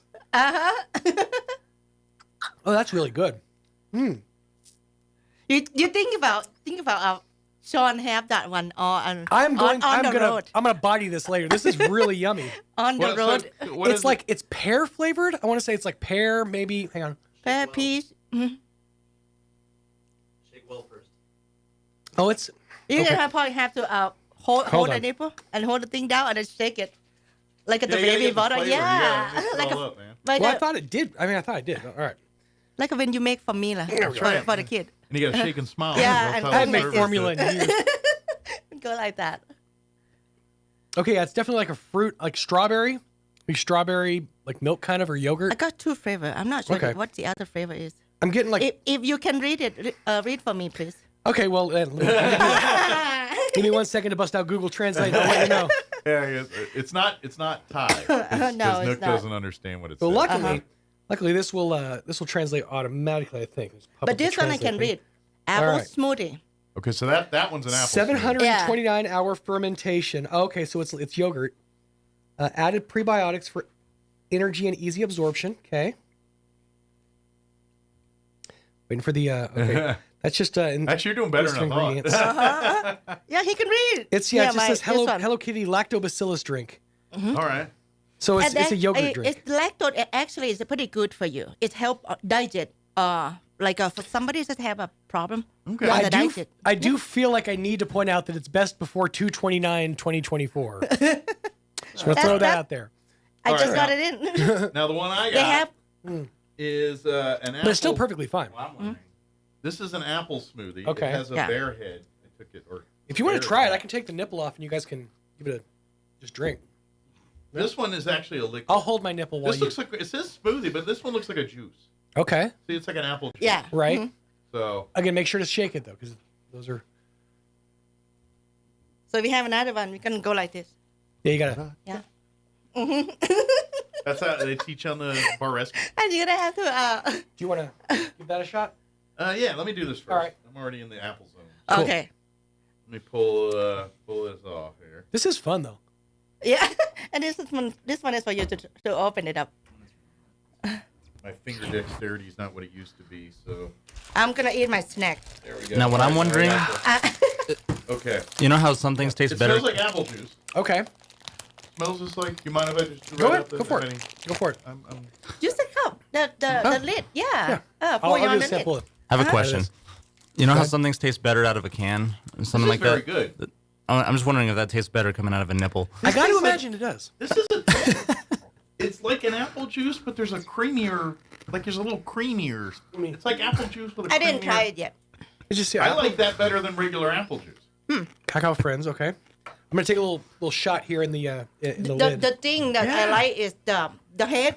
Yeah. The lid on that bottle. It's so cute. It is cute. It's very kids will love it. But to be honest, does it taste like medicine? No, it's like apple juice. Creamy apple juice. You know what it kind of reminds me of is like the Martinelli apple carbonated hard apple, or not hard, but apple cider. But there's it's really good actually. That's very good. That's tastier than I expected it to be. Don't look at my snack. Getting her ramen set up and everything else. I'm hungry.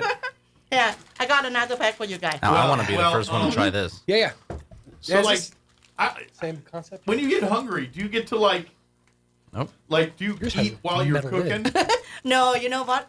Yeah. I got a normally nipple inside mostly the cap. can sit down and eat. Okay, I didn't think you'd have time to, but I'm just wondering, hey, I'm making a plate of chicken, I don't know. whatever. I'm making beef and broccoli here. I'm just gonna eat bake a little bit bigger portion and eat some of it. I'm not doing that, though. Okay. It's kind of like if I have a chance to eat, it's just gonna be one bowl of food, You and I probably walk eat it. around. Again, your chance to eat is what you're doing right now. Mm-hmm. Open the bag, break it up, and start eating it here. So, all right, we do have a ramen to try. This one is.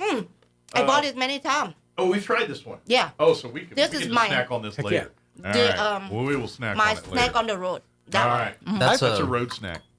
So the one he tried over here, is this like another yogurt beverage? Oh, yeah, we missed one. What's that one you're trying? Mango flavor. Okay. So that's a mango smoothie? Yeah, it sounds like it's cream based. It looks more white. Sean, I can't get it out. tastes like something you'd have at a cafe. Okay.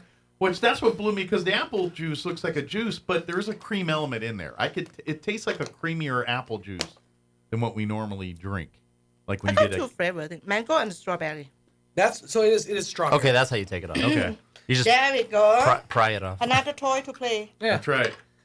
Now, is this a common thing in like Asian culture? Is the baby No. bottle thing? No. Is that, Yeah, or is that just I had it That's sampled. all, that's all marketing in the... Yeah, it's just something for you guys to I wonder have if it fun. tastes better post nipple. Most things do. But that apple Does it have a smoothie hole? is I'm going to say, really good. I'll give that a 10. Okay, now I'll we try a see little a 20, 34 years old sucking on the bottom. A 30-year-old man sucking on a... Yeah. That's not bad. That's not bad at different. all. At first, I kind of was getting paired, but It's I think not my thing, but it's not bad. It almost... It does taste like a smoothie, but like a thin one. Right. It's like... You want to try this? You know what it reminds me of is Is the bottle? like the Danimals. Bring your own bottle. That's... BYOB. If you ever had You like squirt a, it? if you ever had like Oh, it's a really stiff. Oh, well. like Danimals or like the drinkable yogurts, Milk it. that's kind of what it reminds me of.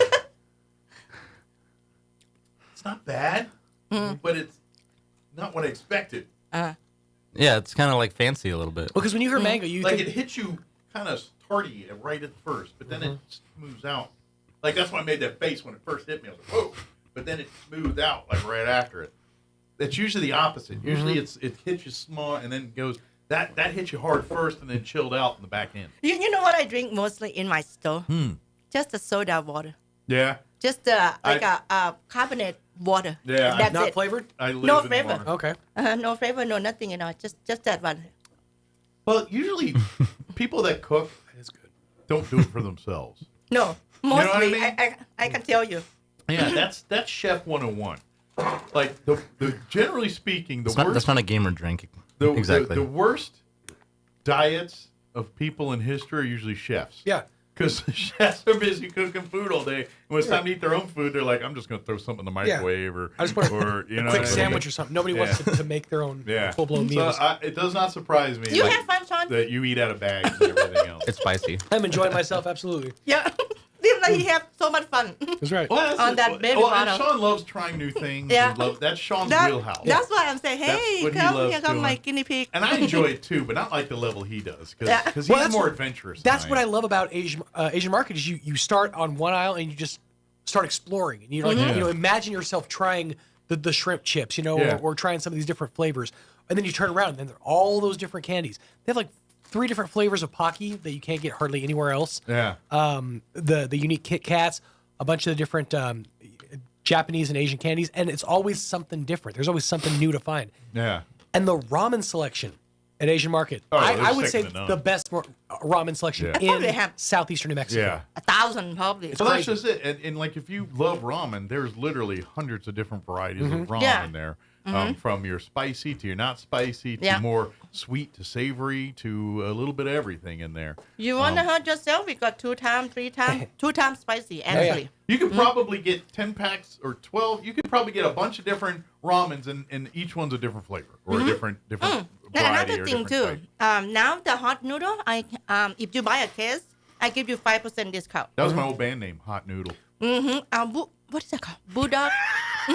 Bulldog. Hey, we're Hot Noodle. Yeah, the bulldog. Yeah, I love those. And those are Like like hot tuna. those Yeah. are like challenge noodles What, because they're what flavor do you like? I can't remember exactly what it is, The but pink one? it's the pink one's good, but the blue pack The is, blue one? is my favorite.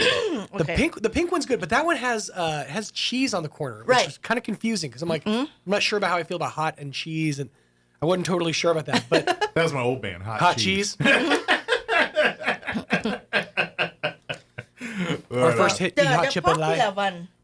The popular one that we have is the pink one. Is That's it? the pink one and black one. Okay. That's really The popular. black one is basically like the challenge one, right? The hottest one you have. No, the red one. Is it the red one? Okay. The red one Is that is the the challenge hottest? one. Okay. Yeah. All right. So- Is the pink one supposed to be like healthy or something? Because it has like a cross, I don't like know. a red cross on You it. know what? To I be think of honest with seafood you, when I think since pink. I sell this stuff, I only eat 2 packs. Really? Just- Okay. You know what? Why I eat it? Because one day we got the load in, and I accidentally cut it open. So I said, I'm gonna try it. Well, and you know what happened to me? I was standing right there by the ice machine crying.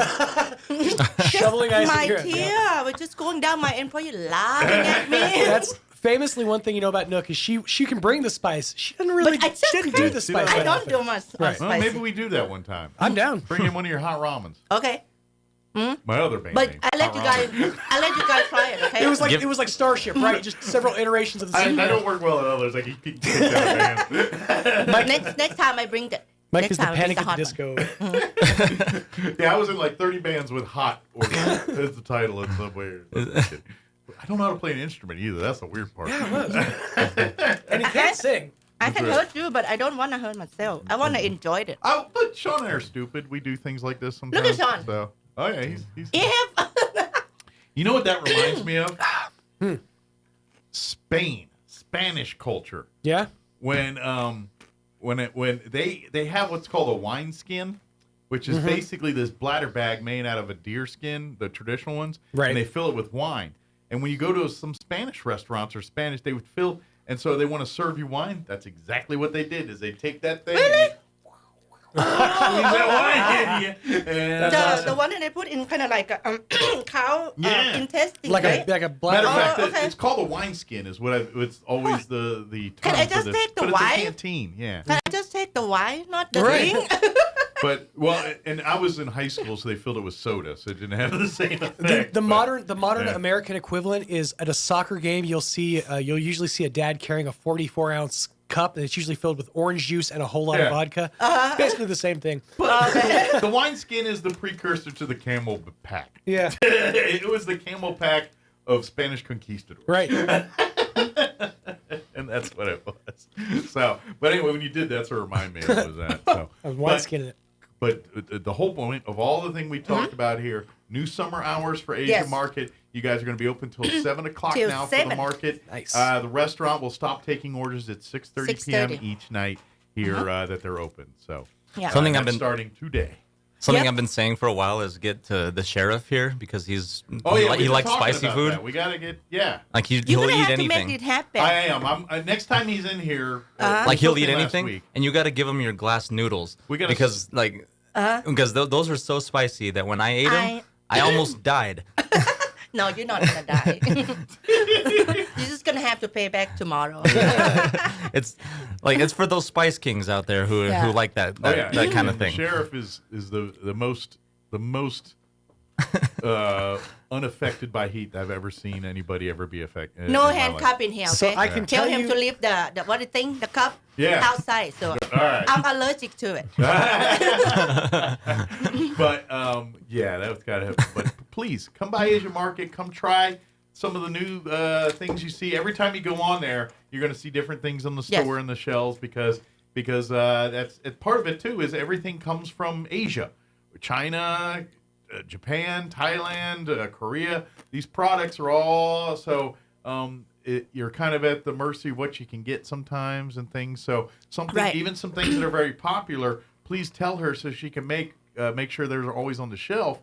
But when supply and demand is a little tricky, especially on an international scale like you deal with, it sometimes. So when you find good products in there, let her know so she can keep making sure those end up on the store shelves here. But definitely come by today. Come for lunch. Come for lunch. You'll start Today is serving lunch here by about Thursday. 11 o'clock. 11 to 7. 11 to 7. So On the starting at 11. summer hour. Come But on out. if anything changes, I will let everyone know. I will post on Facebook. Like you said, follow us on Facebook. Yeah. That's the first thing. General that- Style Chicken fans, try hers and see if it's not the best in town. Might you have fun watching me eating? Yeah, I'm enjoying it. Go ahead. Well, no, I was gonna say Sean's doing some research over there. No, I was using my translate to try to figure. I can tell you that this is called, and again, I know that English reading goes in a different direction, but this is water and this is bay. That means love. Really? So it's water love bay or bay love water. I'm not 100% sure. I can't. That's what I got from I'm here. going to go with Bay Loves Water. Bay Loves sounds Water? more like a love story. More makes sense, huh? I feel like there's a story there. Right? Guy and a gal and a bay. Just a Really? bay with some That's water. right. Love and Water Bay Love because you read it Love from ensues. right to left. Another band name, Water Bay Love. I know. Oh yeah, just like what he said. Yeah. I think they read the language is read from the back. It's back to the front, bottom, and top. So the right to the. It would be right to left. Bay Love Water. And then the top to the bottom, like this. I think. I'm about to have that purple cloud shoot out my head right now. My language is read just like English from the left to the right. For Thai. Yeah, Thai, but the way really? left to the right. But the way it say after translated, it go like this. Right. It's mixing together. That's when it gets confusing. Yes. If you want to let your friends feel like you're the smart person, get a manga comic book because they always start at the back bottom panel. And so when your friends see it, they're like, "Oh, you've already finished that whole book." I just got started. Just cracking it open. That's right. But Asian Market, come on down, South Main. Yes. Is it 302 South Main? What's the actual address? 5702. 5702. South Main. South Main. I was trying to remember your commercial. I couldn't remember. You off the top. I don't understand. Sometimes Google take my customer to Southeast Main. Really? And and they call me and then, where are you? Where are you? I'm not there. I'm right here. Where are you? You're standing there shaking their order. Right. Go on South Main. You'll see the big Head blue to the sign airport. there, like you're going to the airport of college. It'll be on the right side as you're heading down the southbound side of Main Street. You will see the big building right there. Yeah, and just when you think you're going too far, it's going to be right there. Because at some point you'll be driving, you're like, man, I should have passed it already. Yeah, and a lot of people said. And I'm like, oh, it's farther down. There it is. So it's down there as a way. Do you want me to make a side bigger than that? Yes. Really? No. But you can always call ahead your orders, and I'm going to let Nook do the phone number because that's her jam. So we're going to wrap it up here so Nook can get ready for lunch because she's got lunch to serve in an hour. On the apron and everything. That's right. She's got aprons. She's ready to dive in. So give us the phone number if you want to call in your orders. If you have any questions about what something's in stock. The product or something, if I can help, the phone number is 575-840-5309. That's right. That's right. So if you love a fan of the song from the 80s, it's a little easier to remember that. Like number, I say, I'm lucky to have that number. Just don't do the 8675 part. That's the 5309 is the last part. Can we change that? That part is not the same. So. But come on by. Come for lunch. Come do some shopping here today. If you've never been, make today your first day to come to Asian Market. I guarantee you when you're done, you're going to be like, man, what a great experience and a great meal. I'll be back for dinner. So we appreciate you as always, and we can't wait to see you again soon. Okay. All right. Enjoy the ramen. I will. I've already seen Sean. I might have to put it under lock and key. He's going to steal it in a minute. So. Thank you, Mike. Thank you, Roswell. Anytime. All right, 9:53. Let's pause for news and Hannity update before we wrap up today's show. Don't go away. Now for your Pecos Valley News update, I'm Jared Cirillo. Artesia General Hospital is launching a new patient transportation program. Nearly a dozen rides have already been provided, helping local patients with non-emergency medical needs attend their appointments and other health care services. Vans are wheelchair accessible, and AGH's friendly, certified drivers go the extra mile by meeting folks at their doorstep and ensuring a comfortable ride to their destination. For more details on the new AGH transportation program, you can call 736-8211 or email transportation@artesiageneral.com. The New Mexico Department of Health is announcing a Lincoln County man has died of plague after being hospitalized for the disease. This is the first human case of plague in New Mexico since 2021 and the first death since 2020. Plague is a bacterial disease of rodents. It is generally spread to humans through the bites of infected fleas. It can also spread by direct contact with infected animals, including rodents, wildlife, and pets. For more details and fact sheets, go to nmhealth.org. You're up to date. I'm Jared Cirillo reporting. Waking up on the right side. This is the Sean Hannity Morning Minute. Those numbers out this morning, unemployment rate did spike to a 2-year high. And if you look at the jobless numbers once again, what do we see? Oh, that's right, revised downward. Why do we have 2 more revisions downward? We always have downward revisions. The change in total non-farm employment for December was revised down by 43,000. The change from January revised downward by 124,000. So they come out with great numbers, and then they bury the downward revisions that seem to always happen almost every single month. You know why. Everybody knows why, because they're just lying to us. And they're using, these departments to make Joe look better than he does. From coast to coast, from sea to shining sea, it's the Sean Hannity Show.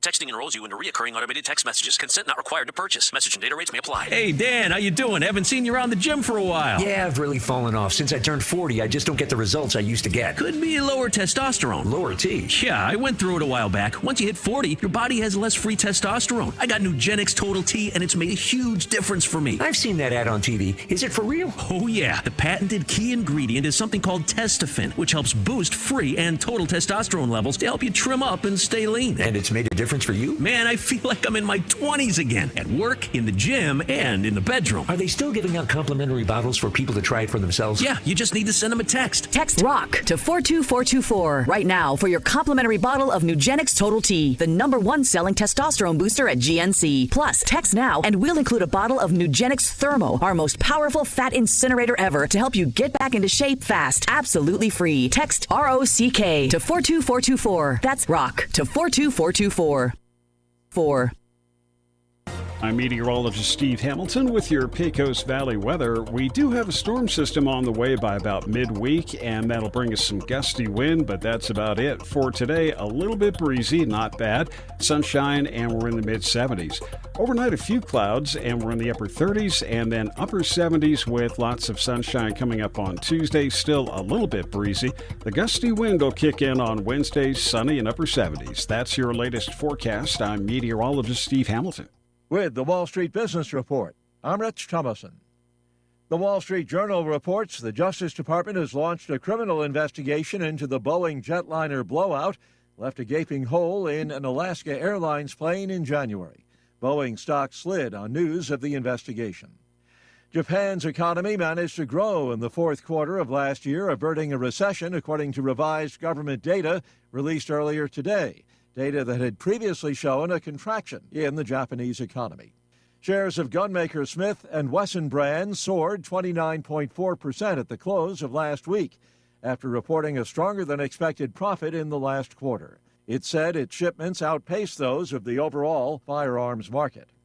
Wall Street opened lower this morning, one day before release of the closely watched Consumer Price Index, a key gauge of inflation in the U.S. For the Wall Street Business Report, I'm Rich Thomason. If you suffer from pogonophobia, you would not want to attend a party with the following people: Kenny Rogers, Santa Claus, Willie Nelson, the cast of Duck Dynasty, and 2/3 of ZZ Top. Here's Mike Winters. And good morning. It is closing in on 10 o'clock. That's about going to do it for us. If you're still an hour behind on your clock, it's about 9 o'clock, but it is wrong. It's almost 10 o'clock. If you missed any part of the show, I invite you to check it out at your leisure. Log on to ksvptv.com. Click on the Mornings with Mike Winters channel. You'll find all of our interviews there.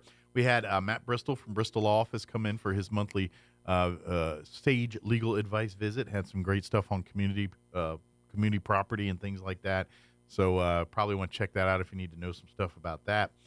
We had the ladies from Desk and Derrick Club join us in the 8 o'clock hour talking about their meeting at the Elks Lodge tomorrow at noon. Go to the Desk and Derrick Facebook page, Roswell Desk and Derrick, to RSVP there. And, of course, we just had Nook from Asia Market join us there as well. So full show today. We got to go. You're listening to 106.5 Roswell's Talk FM, KEND, Roswell, New Mexico. Thanks for allowing us to be a part of your day. Have a great day. See you later. Breaking news this hour from townhall.com. I'm John Scott. It was a record-setting rainstorm that flooded parts of Charleston, South Carolina, requiring emergency responders to help some people get out of the high waters. National Weather Service meteorologist Brian Adams in the Charleston Bureau says they're still mopping up in the downtown area from this weekend. That record amount was 3.63 inches at the calendar day, and that beat the old record of 1.43 set in 1948. So it was substantially substantially, a pretty substantial record. The Charleston Fire Department says it responded to about 12 incidents where vehicles were sinking. The Weather Service says high winds blew out several windows at a tire business and ripped off roofing, sheet metal there, and at 2 adjacent businesses also. Authorities in Charleston did not report any storm-related injuries. Also at townhall.com, the terrorist group Al-Qaeda has yet to get out any details on the death of its leader in Yemen.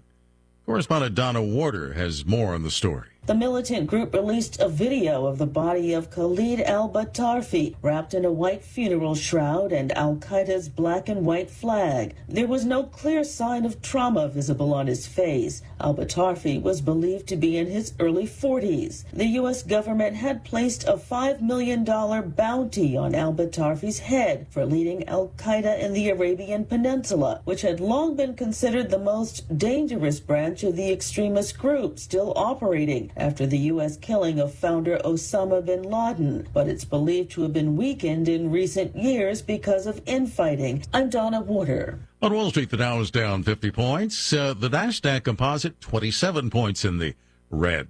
More at townhall.com.